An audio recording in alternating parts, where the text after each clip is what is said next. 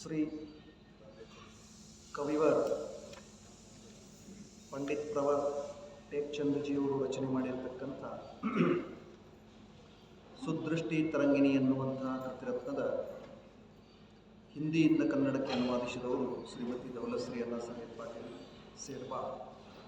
ಈ ಕೃತಿರತ್ನದ 11ನೆಯ ಪರ್ವವನ್ನು 11ನೆಯ ಅಧಿಕಾರವನ್ನು ನಾವು ನೋಡ್ಕತ್ತಿತ್ತು. ಈ 11ನೇ ಅಧಿಕಾರದೊಳಗೆ ಧರ್ಮ ಮತ್ತು ಕುಧರ್ಮದಲ್ಲಿ ಹೇಯ ಜ್ಞೇಯ ಉಪಾದೇಯ ಈ ಸಂಗತಿಗಳನ್ನು ಚರ್ಚೆ ಮಾಡಕತ್ತಿತ್ತು. ಇದರೊಳಗೆ ಮೊದಲು ಕುಧರ್ಮ ಅಂದರೆ ಹೇಗಿರ್ತಿದೆ ಅನ್ನುವಂಥದ್ದನ್ನು ಹೇಳಿ, ಆಮೇಲೆ ಸುಧರ್ಮದ ಕಥನವನ್ನು ಮಾಡಿ, ಆ ಸುಧರ್ಮವನ್ನು ನಾವು 5 ಪ್ರಮಾಣಗಳಿಂದಲೂ ಕೂಡ ಅದೇನಿರ್ತಿದೆ ಅಂತಂದ್ರೆ ಅಖಂಡಿತ ಇರ್ತಿದೆ. ಲೌಕಿಕದೊಳಗೂ ಕೂಡ ಯಾವ ರೀತಿಯಾಗಿ ಅದು ಅಖಂಡಿತ ಇದೆ ಅನ್ನುವಂಥ ಮಾತನ್ನು ನೋಡ್ತಾ ಇದ್ವಿ. ಅಂದರೆ ಸುಧರ್ಮದ ಕಥನವನ್ನು ಇಲ್ಲಿ ಯಾವ ರೀತಿಯಾಗಿ ಲೋಕನೂ ಕೂಡ ಮಾನಿಸ್ತದೆ. ಯಾವುದಕ್ಕೆ ನಾವು ಧರ್ಮ ಅಂತೀವಿ ಆ ಧರ್ಮವನ್ನು ಜಗತ್ತೆಲ್ಲ ಮಾನಿಸ್ತಾ ಇದೆ. ಅದು ಹೇಗೆ ಅನ್ನುವಂಥದ್ದನ್ನು ಲೌಕಿಕ ಒಂದು ಪ್ರಮಾಣವನ್ನು ನಾವು ಏನು ಮಾಡ್ತಾ ಇದ್ವಿ ಅಂತಂದ್ರೆ ನೋಡ್ತಾ ಇದ್ವಿ. ಲೌಕಿಕ ಪ್ರಮಾಣದೊಳಗೆ ಏನು ಮಾಡ್ತಾ ಇದ್ರು ಅಂತಂದ್ರೆ ಸಪ್ತ ವ್ಯಸನಗಳನ್ನು ಹೇಳ್ತಾ ಇದ್ರು. ಲೋಕವೂ ಕೂಡ ಸಪ್ತ ವ್ಯಸನಗಳನ್ನು ಯೋಗ್ಯ ಅಂತ ಯಾರೂ ಹೇಳೋದಿಲ್ಲ.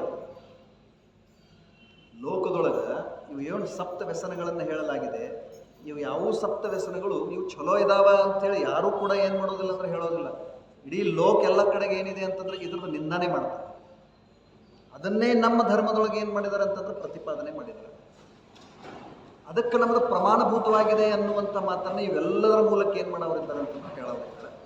ಅದಕ್ಕೆ ನಾವು ನಿನ್ನೆ ಲೌಕಿಕ ಪ್ರಮಾಣದೊಳಗೆ ಏನು ಮಾಡ್ತಾ ಇದ್ವಿ ಅಂತಂದ್ರೆ ಸಪ್ತ ವ್ಯಸನಗಳ ಕುರಿತಾಗಿ ಏನು ಮಾಡಿದ್ವಿ ಅಂತಂದ್ರೆ ಒಂದಿಷ್ಟು ವಿಷಯಗಳನ್ನು ತಿಳ್ಕೊಂಡಿದ್ವಿ. ಈ ಪ್ರಕಾರ 7 ವ್ಯಸನಗಳು, ಯಾರ ಕಡೆ ಬುಕ್ ಇದೆ 186ನೇ ಪುಟ, ಈ ಪ್ರಕಾರ 7 ವ್ಯಸನಗಳು ಲೋಕದಲ್ಲಿ ದಂಡನೀಯವೆನ್ನಲಾಗಿದೆ. ಹಿಂಗೆ ಲೋಕದೊಳಗೆ ಸಪ್ತ ಎಲ್ಲವನ್ನ ಏನು ಮಾಡ್ತಾರ ಅಂತಂದ್ರೆ ಅವು ದಂಡನೀಯ ಆಗಿದಾವ ಅನ್ನುವಂಥ ಮಾನ್ಯತೆ ಎಲ್ಲರೊಳಗಿದೆ. ಅದರಿಂದ ಈ ವ್ಯಸನಗಳ ಪ್ರವೇಶವು ಯಾವ ಧರ್ಮದಲ್ಲಿದೆ ಮತ್ತು ಯಾವ ಧರ್ಮವು ಲೌಕಿಕ ನಯ ಪ್ರಮಾಣದಿಂದ ಖಂಡಿತವಿದೆ, ಅದು ಅಸತ್ಯ ಧರ್ಮವಿದೆ. ಈ ಪ್ರಕಾರವಾಗಿ ಇಲ್ಲಿ ಉದ್ದೇಶ ಏನಿದೆ ಇದನ್ನು ಹೇಳೋದಂತಂದ್ರೆ, ಈ ಸಪ್ತ ವ್ಯಸನಗಳೇನಿದಾವಲ್ಲ ಲೋಕದೊಳಗೆ ಇವೆಲ್ಲವೂ ದಂಡನೀಯ ಇದಾವ. ಈ ಸಪ್ತ ವ್ಯಸನಗಳನ್ನು ಯಾರು ತಮ್ಮ ಧರ್ಮದೊಳಗೆ ಅಳವಡಿಸಿಕೊಂಡಿದ್ದಾರೆ, ಈ ಸಪ್ತ ವ್ಯಸನಗಳನ್ನು ಯಾರು ತಮ್ಮ ಧರ್ಮದೊಳಗೆ ಹೇಳ್ತಾರೆ, ಆ ಧರ್ಮದ ಗುರುಗಳು ಸಪ್ತ ವ್ಯಸನಿ ಇದ್ದಾರೆ. ಅವುಗಳು ಆ ರೀತಿಯಾಗಿರ್ತಕ್ಕಂಥ ಪ್ರವೃತ್ತಿ ನಯ ಮತ್ತು ಪ್ರಮಾಣಗಳಿಂದ ಏನಾಗ್ತದೆ ಅಂತಂದ್ರೆ ಲೌಕಿಕ ದೃಷ್ಟಿಯಿಂದಲೂ ಕೂಡ ಅದು ಖಂಡಿಸಲ್ಪಡುತ್ತದೆ. ಲೌಕಿಕದೊಳಗೂ ಸಹಿತ ಯಾರೂ ಅದನ್ನು ಏನು ಮಾಡೋಂಗಿಲ್ಲ ಅಂದರೆ ಯೋಗ್ಯ ಅಂತ ಹೇಳಂಗಿಲ್ಲ. ಆ ಕಾರಣದಿಂದ ಈ ರೀತಿಯಾಗಿರ್ತಕ್ಕಂಥ ಯಾವ ಧರ್ಮ ಇದೆಯಲ್ಲ ಅದು ಅಸತ್ಯ ಧರ್ಮ ಇದೆ ಅನ್ನುವಂಥದ್ದು ಏನಾಯಿತು ಅಂತಂದ್ರೆ ಲೌಕಿಕದಿಂದಲೂ ಕೂಡ ಸಿದ್ಧ. ಯಾಕಂದ್ರೆ ನಾವು ಅನೇಕ ರೀತಿಯಿಂದ ಏನು ಮಾಡ್ತೀವಿ ಅಂತಂದ್ರೆ ಲೌಕಿಕದೊಳಗೆ ನೋಡ್ತೀವಿ, ಅದೆಲ್ಲ ಏನಿದೆ ಅಂತಂದ್ರೆ ಬೇರೆ ಬೇರೆ ಅನೇಕ ಸಪ್ತ ವ್ಯಸನಗಳಿಗೆ, ಅನೇಕ ಪಾಪಾಚರಣಗಳಿಗೆ, ಅನೇಕ ರೀತಿಯ ಕುಸೇವನೆಗಳಿಗೆಲ್ಲ ಅವ್ರು ಏನು ಮಾಡ್ತಾರೆ ಅಂದ್ರೆ ಧರ್ಮ ಅಂತ ಮನ್ನಿಸ್ತಾರೆ. ಅವೆಲ್ಲವೂ ಕೂಡ ಏನದವ ಅಂತಂದ್ರೆ ಖಂಡಿತ ಆಗ್ತವೆ. ಅದಕ್ಕೆ ಸುಧರ್ಮವನ್ನು ನಾವು ಏನು ಮಾಡಬೇಕು, ನಂಬಬೇಕು. ಮೊದಲನೇದ ಲೌಕಿಕ ಪ್ರಮಾಣದಿಂದಲೂ ಕೂಡ ಅದೇನಿದೆ ಅಂತಂದ್ರೆ ತ್ಯಾಗ ಮಾಡಲಿಕ್ಕೆ ಯೋಗ್ಯದೆ. ಲೋಕವೂ ಕೂಡ ಅದನ್ನು ಸ್ವೀಕಾರ ಮಾಡಂಗಿಲ್ಲ. ಇದು 1ನೇ ಪ್ರಮಾಣ. ಇದರೊಳಗೆ ಇನ್ನೊಂದಿಷ್ಟು ವಿಷಯವನ್ನು ಹೇಳ್ತಾರೆ ನೋಡ್ರಿ. ಕಷಾಯಕ್ಕೆ ಸಂಬಂಧಪಟ್ಟಂಥ ವಿಷಯವನ್ನು, ಕೆಲವು ಬಾಹ್ಯ ಆಚರಣೆಗಳಿಗೆ ಸಂಬಂಧಪಟ್ಟಂಥ ವಿಚಾರವನ್ನು, ಲೌಕಿಕದೊಳಗಿರ್ತಕ್ಕಂಥ ವಿಷಯಗಳನ್ನು ಹೇಳ್ತಾ ಇದ್ದಾರೆ ಪಂಡಿತ್ಜಿ. ನೋಡ್ರಿ, ಪುಟ ಸಂಖ್ಯೆ 186 186 ನೋಡ್ರಿ. ಕ್ರೋಧಿ ಜೀವನನ್ನು ಜನರು ಮಹಾಕ್ರೋಧಿ ಎನ್ನುತ್ತಾರೆ. ಆ ಪಾಪಿಯು ಮಾತಿಗೆ ಜಗಳ ಮಾಡುತ್ತಾನೆ, ಹೊಡೆಯುತ್ತಾನೆ. ಅವನ ಸ್ವಭಾವವು ಸಹಜವಾಗಿಯೇ ಸರ್ಪದ ಸಮಾನವಾಗಿ ಬಿಡುತ್ತದೆ. ಮಾನಿ ಜೀವನನ್ನು ಜನರು ಮಹಾಮಾನಿ ಎನ್ನುತ್ತಾರೆ. ಒಮ್ಮೆಮ್ಮೆ ಹೊಡೆಸಿಕೊಳ್ಳಬಹುದಾಗಿದೆ. ಆದುದರಿಂದ ಅಧಿಕ ಮಾನವು ಯೋಗ್ಯವಿಲ್ಲ. 4 ಕಷ ಹೇಳ್ತಾರೆ: ಕ್ರೋಧ, ಮಾನ, ಮಾಯಾ, ಲೋಕ. ಆಮೇಲೆ ಮಾನ ಇದ್ದಂಥವನು ಕೂಡ ಏನಲ್ಲ ಅಂದ್ರೆ ಅದು ಕೂಡ ಯೋಗ್ಯ ಇಲ್ಲ. ಮಾಯಾಚಾರಿಯನ್ನು ಲೋಕದಲ್ಲಿ ಮಹಾಮೋಸಗಾರರೆನ್ನುತ್ತಾರೆ. ಅವನ ಮನಸ್ಸನ್ನು ಯಾರೂ ತಿಳಿಯಲಾಗುವುದಿಲ್ಲ, ಅವನು ಮಹಾಪಾಪಿ ಇದ್ದಾನೆ. ಲೋಭಿಯನ್ನು ಲೋಕದಲ್ಲಿ ಮಹಾಲೋಭಿ ಎನ್ನುತ್ತಾರೆ. ಅವನ ಹತ್ತಿರ ಬಹಳಷ್ಟು ಧನವಿದ್ದರೂ ಅವನು ಆ ಧನವನ್ನು ತಾನೂ ಭೋಗಿಸುವುದಿಲ್ಲ ಮತ್ತು ಇತರರಿಗೂ ಭೋಗಿಸಿಕೊಡುವುದಿಲ್ಲ. ಅದನ್ನು ಧರ್ಮ ಕಾರ್ಯದಲ್ಲಿಯೂ ಖರ್ಚು ಮಾಡುವುದಿಲ್ಲ, ಪ್ರತಿಯಾಗಿ ಇನ್ನಷ್ಟು ಧನವನ್ನು ಹೊಂದಿಸುವ ಉಪಾಯ ಮಾಡುತ್ತಿರುತ್ತಾನೆ. ಕ್ರೋಧ, ಮಾನ, ಮಾಯಾ, ಲೋಭ, ಈ ಪ್ರಕಾರದ ಲೋಭಿಯ ಪ್ರವೃತ್ತಿ ಇರ್ತಿದೆ. ಅದಕ್ಕೆ ಲೋಕದೊಳಗೆ ಕ್ರೋಧಿ ಇದ್ದವನನ್ನು ಮನ್ನಿಸೋದಿಲ್ಲ. ಅವ್ನಿಗೇನು ಹೇಳ್ಬೇಡ ಮಾರಾಯ, ಭಾಳ ಸಿಡುಕಿದ ಅಂತ ಸಹಜ ಮಾತಾಡ್ತೀನಿ. ಮಾನಿನ ಹತ್ತಿರ ಯಾರೂ ಸುಳಿಯೋದಿಲ್ಲ. ನೀವು ಭಾಳ ಅಹಂಕಾರ ಮಾಡ್ತಾನಪ್ಪ, ಎಲ್ಲಿ ಅವ್ನು ಜೋಡಿ ಬೇಡ ಅಂತ ತಿಳ್ಕೊಂಡು ಯಾರೋ ಒಂದು ಕಡೆ ಲೋಕದೊಳಗೆ ಇರ್ತಕ್ಕಂಥ ಪ್ರವೃತ್ತಿಯನ್ನು ಹೇಳ್ತಾ ಇದ್ದಾರೆ. ಆಮೇಲೆ ಒಮ್ಮೆ ಮಾಯಾಚಾರದೊಳಗೆ ಸಿಕ್ಕಿ ಹಾಕ್ಕೊಂಡಿದ್ದ, ಮೋಸ ಮಾಡುವಂಥ ವಿಧಾನಪ್ಪ ಅಂಥೇಳಿ ಯಾರಿಗಾದ್ರೂ ಗೊತ್ತಾಯಿತು ಅಂತಂದ್ರೆ ಅವನನ್ನು ಯಾರೂ ಏನು ಮಾಡೋದಿಲ್ಲ ಅಂತ ನಂಬೋದಿಲ್ಲ. ಆಮೇಲೆ ಲಾಸ್ಟಕ್ಕೆ ಈ ಲೋಭಿ ಏನಿರ್ತಾನಂತಂದ್ರೆ ಭಾಳ ಜಿಪುಣಿರ್ತಾನೆ, ಸಂಪತ್ತನ್ನು ಸಂಗ್ರಹ ಮಾಡಿ ಮಾಡಿ ಮಾಡಿ ಇಡ್ತಾನೆ, ತಾನೂ ಭೋಗಿಸೋದಿಲ್ಲ. ದಾನಾದಿ ಕಾರ್ಯಗಳಲ್ಲಿಯೂ ಕೂಡ ಏನು ಮಾಡೋದಿಲ್ಲ ಅಂತಂದ್ರೆ ಅದನ್ನು ಖರ್ಚು ಮಾಡೋದಿಲ್ಲ. ಹೀಗಾಗಿ ಕೇವಲ ಕೂಡಿಡುವಂಥ ಉದ್ಯಮದೊಳಗೆ ಏನಾಗಿರ್ತಾನೆ ಅಂದ್ರೆ ತೊಡಗಿರ್ತಾನೆ. ಹೀಗಾಗಿ ಇವರು ಯಾರೂ 4 ಜನ, ಕ್ರೋಧಿ, ಮಾನಿ, ಮಾಯಾಚಾರಿ ಮತ್ತು ಲೋಭಿ, ಇವ್ರು ಯಾರೂ ಲೋಕದೊಳಗೆ ಏನಿಲ್ಲ ಅಂದ್ರೆ ಮಾನ್ಯಿಲ್ಲ. ಕಷಾಯಗಳಿಂದ ತೀವ್ರ ಇರ್ತಕ್ಕಂಥವ್ರು ಇವರು ಯಾರನ್ನೂ ಕೂಡ ಏನು ಮಾಡೋದಿಲ್ಲ ಅಂದ್ರೆ ಮನ್ನಿಸೋದಿಲ್ಲ. ಇದೇ ಪ್ರಕಾರ ಕ್ರೋಧ, ಮಾನ, ಮಾಯಾ, ಲೋಭ ಸಹಿತ ಜೀವಗಳಿಗೆ ಇತರರನ್ನು ಸಾಯಿಸುವ ಸಲುವಾಗಿ ಶಸ್ತ್ರ ಧಾರಣ ಮಾಡುವಂಥ ತೀವ್ರ ಕಷಾಯ ಭಾವದ ಉಪದೇಶವನ್ನು ಕೂಡ ಯಾವ ಧರ್ಮದಲ್ಲಿ ಮಾಡಲಾಗಿದೆ, ಆ ಧರ್ಮದ ದೇವ, ಗುರು, ಭಕ್ತರು ಮಹಾ ಕಷಾಯಿಗಳಿದ್ದಾರೆ. ಇಂಥ ಭಯಾನಕ ಧರ್ಮವು ತ್ಯಾಗ ಯೋಗ್ಯವಿದೆ. ವಾಸ್ತವಿಕ ಧರ್ಮವಂತೂ ಕಷಾಯ ರಹಿತವೇ ಇರುತ್ತದೆ. ಅದಕ್ಕೆ ಲೋಕದೊಳಗೆ ಈ ಪ್ರಕಾರದ ವ್ಯವಸ್ಥೆಗಳನ್ನು ನಾವು ನೋಡ್ತೇವೆ. ಯಾಕಂದರೆ ಕೆಲವೊಂದು ಹಬ್ಬಗಳನ್ನು ಮಾಡ್ತಾರೆ ಅವರೆಲ್ಲ. ಆ ಹಬ್ಬಗಳಲ್ಲಿ ಇಂಥ ನಿರ್ದಯವಾಗಿರ್ತಕ್ಕಂಥ ಪ್ರವೃತ್ತಿಯನ್ನೇ ಅವ್ರು ಏನು ಮಾಡ್ತಿರ್ತಾರೆ ಅಂತಂದ್ರೆ ಮಾಡ್ತಿರ್ತಾರೆ. ಹೀಗಾಗಿ ಸಾಕಷ್ಟು ಕ್ರೋಧಿ, ಮಾನಿ, ಮಾಯಾಚಾರಿ ಮತ್ತು ಲೋಭಿಗಳನ್ನು ನಾವಲ್ಲಿ ನೋಡ್ತೀವಿ. ಅದಕ್ಕೆ ಲೋಕದೊಳಗೆ ಇದಕ್ಕೆ ಎಲ್ಲೂ ಏನು ಮಾಡಿಲ್ಲ ಅಂದ್ರೆ ಮಾನ್ಯತೆ ಇಲ್ಲ. ಆದರೆ ಅವರ ಧರ್ಮಗಳಲ್ಲಿ, ಅವರ ಗ್ರಂಥಗಳಲ್ಲಿ ಇವುಗಳನ್ನೆಲ್ಲ ಏನು ಮಾಡಿದಾರೆ ಅಂದ್ರೆ ಬರೆದಿದ್ದಾರೆ. ಹೀಗಾಗಿ ಅವುಗಳನ್ನು ಅವ್ರು ಏನು ಮಾಡ್ತಿರ್ತಾರೆ ಅಂದ್ರೆ ಮನ್ನಿಸ್ತಿರ್ತಾರೆ. ಅದಕ್ಕಿಲ್ಲಿ ಏನು ಹೇಳ್ತಾರೆ ಅಂದ್ರೆ, ಆ ಧರ್ಮದ ದೇವ, ಗುರು ಮತ್ತು ಭಕ್ತರು ಮಹಾಕಷಾಯ ಇರೋದ್ರಿಂದ ಇಂಥ ಭಯಾನಕ ಧರ್ಮ ಏನಿದೆ ಅಂತಂದ್ರೆ ತ್ಯಾಗ ಯೋಗ್ಯವಿದೆ. ಆ ಕಾರಣದಿಂದ ಲೌಕಿಕ ಪ್ರಮಾಣದಿಂದಲೂ ಕೂಡ ಈ ಧರ್ಮ ಏನಿಲ್ಲ ಅಂದ್ರೆ ಯೋಗ್ಯಲ್ಲ. ಈ ಪ್ರಕಾರದ ಪ್ರವೃತ್ತಿಯನ್ನು ಇಟ್ಕೊಂಡಿರ್ತಕ್ಕಂಥದ್ದು. ವಾಸ್ತವಿಕ ಧರ್ಮ ಯಾವ್ದ? ಕಷಾಯ ರಹಿತವೇ ಇರುತ್ತದೆ. ವೀತರಾರ್ಥ ಎಲ್ಲಿದೆ ಅದ ನಿಜವಾಗಿ ಏನಿದೆ ಅಂತಂದ್ರೆ ನಿಜವಾದ ಧರ್ಮ, ಯಥಾರ್ಥವಾಗಿರ್ತಕ್ಕಂಥ ಧರ್ಮ. ಅತ್ಯಂತ ಸ್ವಾಭಾವಿಕವಾಗಿ ಏನಿದೆ ಅಂತಂದ್ರೆ ತಿಳಿಯುವಂಥದ್ದಿದೆ. ಇದು ಎಲ್ಲರಿಗೂ ಕೂಡ ಜಗತ್ತಿನೊಳಗೆ ತಿಳಿಯುವಂಥದ್ದಿದೆ. ಅದನ್ನು ಪಂಡಿತ್ಯ ಹೇಳ್ತಾ ಇದ್ದಾರೆ. ಇದೂ ಕೂಡ ಸಾಮಾನ್ಯವಾದಂಥ ಕಥನವನ್ನು ಮೀರಿ ಹೋಗತಕ್ಕಂಥವ್ರು ಯಾರದಾರಲ್ಲ ಅವರೆಲ್ಲ ಏನಿದ್ದಾರೆ ಅಂದ್ರೆ ಅಧರ್ಮಿಗಳಿದ್ದಾರೆ. ಮುಂದೆ ಲೋಕದಲ್ಲಿ ಬಹಳಷ್ಟು ಆರಂಭ ಪರಿಗ್ರಹಗಳನ್ನು ಉಳ್ಳವರನ್ನು ದೊಡ್ಡ ಗೃಹಸ್ಥರೆನ್ನಲಾಗುತ್ತದೆ. ನೋಡ್ರೆ ಲೋಕದೊಳಗೆ ಇದು ನಮ್ಮ ತಲೆಯೊಳಗೂ ಕೂಡ ಇಂಥದ್ದು ಅದ ಏನು ನೋಡ್ಕೊಳ್ಳೋದು. ಬಹಳಷ್ಟು ಆರಂಭ ಮತ್ತು ಪರಿಗ್ರಹವನ್ನು ಹೊಂದಿರತಕ್ಕಂಥವರಿಗೆ ನಾವೇನು ಹೇಳ್ತೀವಿ ಅಂತಂದ್ರೆ ದೊಡ್ಡ ಗೃಹಸ್ಥರು ಇವರ ಅಂತ ತಿಳ್ಕೊಂಡು ಹೇಳ್ತೇವೆ. ಯಾರಿಗೆ ಪತ್ನಿ, ಪುತ್ರ ಮೊದಲಾದ ಕುಟುಂಬವಿದೆ, ಕೆಲವರ ಕುರಿತಾಗಿ ಸ್ನೇಹವಿದೆ, ಕೆಲವರ ಕುರಿತಾಗಿ ದ್ವೇಷವಿದೆ, ಅಂಥ ರಾಗದ್ವೇಷವುಳ್ಳವರನ್ನು ಗೃಹಸ್ಥರೆಂದು ಹೇಳುತ್ತಾರೆ. ಈ ಪ್ರಕಾರ ಗೃಹಸ್ಥಾವಸ್ಥೆಯೊಳಗೆ ಸಹಜ ಇರ್ತೈತ್ರಿ. ಒಂದು ಕುಟುಂಬ ಪರಿವಾರ ಹೆಚ್ಚಿರ್ತದ, ಬಂಧು ಬಳಗ ಹೆಚ್ಚಿರ್ತದ, ಅದರೊಳಗೆ ಕೆಲವೊಬ್ಬರ ಮೇಲೆ ರಾಗ ಇರ್ತದ, ಕೆಲವೊಬ್ಬರ ಮೇಲೆ ದ್ವೇಷ ಇರ್ತದ. ಇದು ಸ್ವಾಭಾವಿಕವಾಗಿರ್ತಕ್ಕಂಥ ಪ್ರವೃತ್ತಿ. ಗೃಹಸ್ಥರೊಳಗೆ ಏನು ಮಾಡ್ತೀವಿ ಅಂದ್ರೆ ನಾವು ನೋಡ್ತಿರ್ತೀವಿ. ಅವರಿಗೆ ಈ ಪ್ರಕಾರ ಇರ್ತಕ್ಕಂಥವ್ರಿಗೆ ಗೃಹಸ್ಥ ಅಂತ ಹೇಳ್ತಾರೆ. ಮುಂದೆ ಯಾವ ಧರ್ಮದಲ್ಲಿ ಆರಂಭ ಪರಿಗ್ರಹ ಉಳ್ಳವರನ್ನು, ಕುಟುಂಬ ಸಹಿತರಾಗಿರುವ ರಾಗಿ ದ್ವೇಷಿಗಳನ್ನು ದೇವ ಗುರು ಎನ್ನಲಾಗಿದೆ. ತಿಳಿತ್ರಿ? ಲೌಕಿಕದೊಳಗೆ ಯಾರಿಗೆ ಗೃಹಸ್ಥ ಅಂತ ಹೇಳಿ ನಾವು ಹೇಳ್ತೀವಲ್ಲ, ಅಂಥವರನ್ನ ಕೆಲವೊಂದು ಧರ್ಮಗಳಲ್ಲಿ ಏನು ಮಾಡ್ತಾರೆ ಅಂತಂದ್ರೆ ಆರಂಭ ಮತ್ತು ಪರಿಗ್ರಹವನ್ನು ಹೊಂದಿ ಕುಟುಂಬ ಸಹಿತ ಆಗಿರ್ತಕ್ಕಂಥವರನ್ನ ರಾಗಿ ಮತ್ತು ದ್ವೇಷಿಗಳನ್ನು ಕೂಡ ಏನಂತ ಹೇಳ್ತಾರೆ? ದೇವ ಮತ್ತು ಗುರು ಅಂತ ತಿಳ್ಕೊಂಡು ಹೇಳ್ತಾರ. ಕೆಲವೊಬ್ರು ಹಿಂಗೂ ಹೇಳ್ತಾರ, ನಮ್ಮ ದೇವರು ಬಹಳ ಕೆಟ್ಟ. ಏನಂತ ಹೇಳ್ತಾರ್ರಿ? ನಮ್ಮ ದೇವರ ಬಹಳ ಕೆಟ್ಟ ಅಂತ ತಿಳ್ಕೊಂಡು ಹೇಳ್ತಿರ್ತಾರೆ. ಇವರು ತಮಗಿಂತನೂ ಅವ್ರನ್ನ ಕೆಟ್ಟ ಮಾಡಿದರು. ಈ ಪ್ರಕಾರದ ನಾವು ಏನು ಹೇಳ್ತಾ ಇದ್ದೀವಿ ಅನ್ನೋದೇನಿಲ್ಲ ಅಂದ್ರೆ ಅವ್ರಿಗೆ ಲಕ್ಷ್ಯದೊಳಗೆ. ದೇವಂತ ಹೇಳ್ತಾ ಇದ್ದಾರೆ, ಮತ್ತು ಅವ್ರಿಗೆ ಏನು ಹೇಳ್ತಾ ಇದ್ದಾರೆ? ಕೆಟ್ಟ ಅಂತ ಹೇಳ್ತಾ ಇದ್ದಾರೆ. ಕೆಟ್ಟ ಮಾಡುವಂಥವಿದ್ದಾನೆ ಅಂತ ಹೇಳ್ತಾರೆ. ಅಂದ್ರೆ ಜೀವಕ್ಕೆ ಭ್ರಮೆಯೊಳಗೆ ಏನಿಲ್ಲ ಅಂದ್ರೆ ನಾ ಏನು ಹೇಳ್ತಾ ಇದ್ದೀನಿ, ದೇವನ ಸ್ವರೂಪ ಹೇಗಿರಬೇಕು, ಇವು ಯಾವುದ್ರ ಬಗ್ಗೆನೂ ಏನಿಲ್ಲ ಅಂತಂದ್ರೆ ಕಲ್ಪನೆ ಸಹಿತ ಇಲ್ಲ. ಕಲ್ಪನಾ ಸಹಿತ ಮಾಡಂಗಿಲ್ರಿ ಆ ದಿಕ್ಕಿನೊಳಗೆ. ಇಷ್ಟು ವಿಪರೀತವಾಗಿ ಏನಾಗಿದೆ ಅಂತಂದ್ರೆ ಜಗತ್ತ ಬೆಳೆದಿರ್ತಕ್ಕಂಥದ್ದಿದೆ ಅನ್ನೋದನ್ನು ನಾವು ನೋಡ್ತೀವಿ.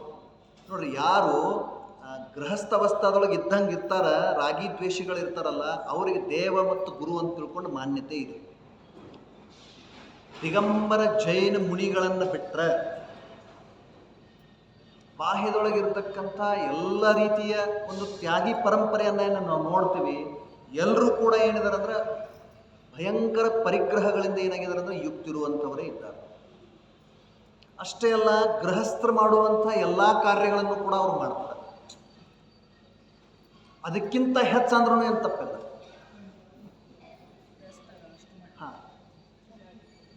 ಮತ್ತೆ ಎಷ್ಟೋ ಸಾರಿ ನಾವು ಏನು ಮಾಡ್ತೀವಿ ಅಂದ್ರೆ ಮಾಧ್ಯಮಗಳಲ್ಲೆಲ್ಲ ಒಂದು ಬಹುಮುಖ್ಯವಾದಂಥ ವಿಷಯಗಳನ್ನು ಇಂತಿಂಥ ಕ್ಷೇತ್ರದೊಳಗೆ ಹಿಂಗೆ ನಡೆದದ ಅನ್ನುವಂಥದ್ದನ್ನು ಅತ್ಯಂತ ಜಗಜ್ಜಾಹೀರವಾಗಿ ಏನು ಮಾಡ್ತಾ ಇದ್ದೀವಿ ಅಂದ್ರೆ ನೋಡ್ತಾ ಇದ್ದೀವಿ.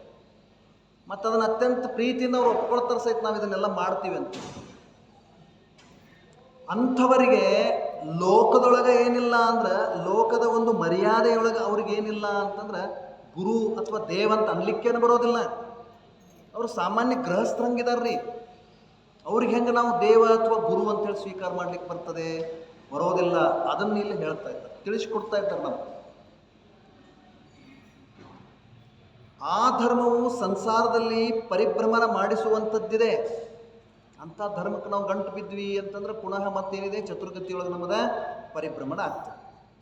ಮುಂದೆ ಲೋಕದಲ್ಲಿ ಅಂತೂ ತ್ಯಾಗವೇ ಪೂಜ್ಯವಿದೆ.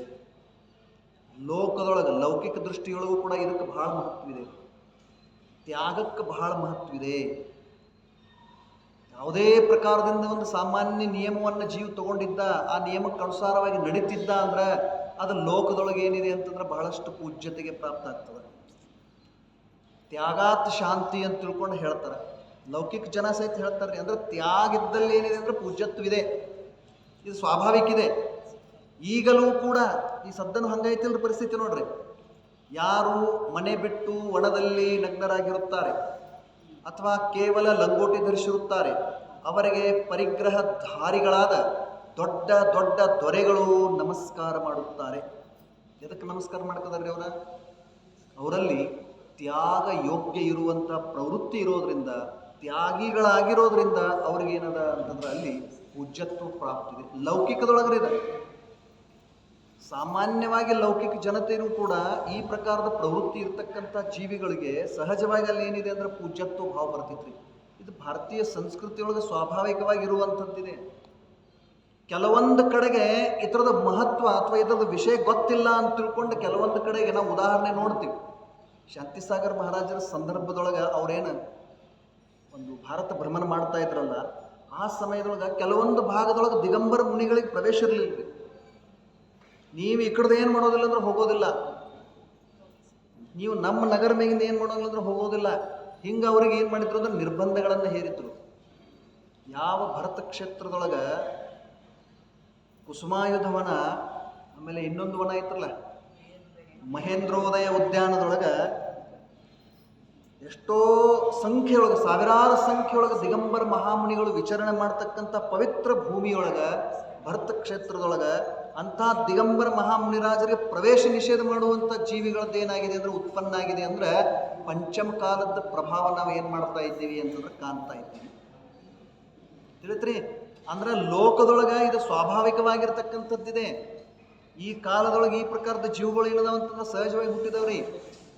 ಆದ್ರೂ ಕೂಡ ಏನಿದೆ ಅಂತಂದ್ರೆ ಎಲ್ಲಿ ತ್ಯಾಗಿದೆ ಅಲ್ಲಿ ಪೂಜ್ಯತ್ವ ಭಾವ ಈಗಲೂ ಕೂಡ ಇದೆ.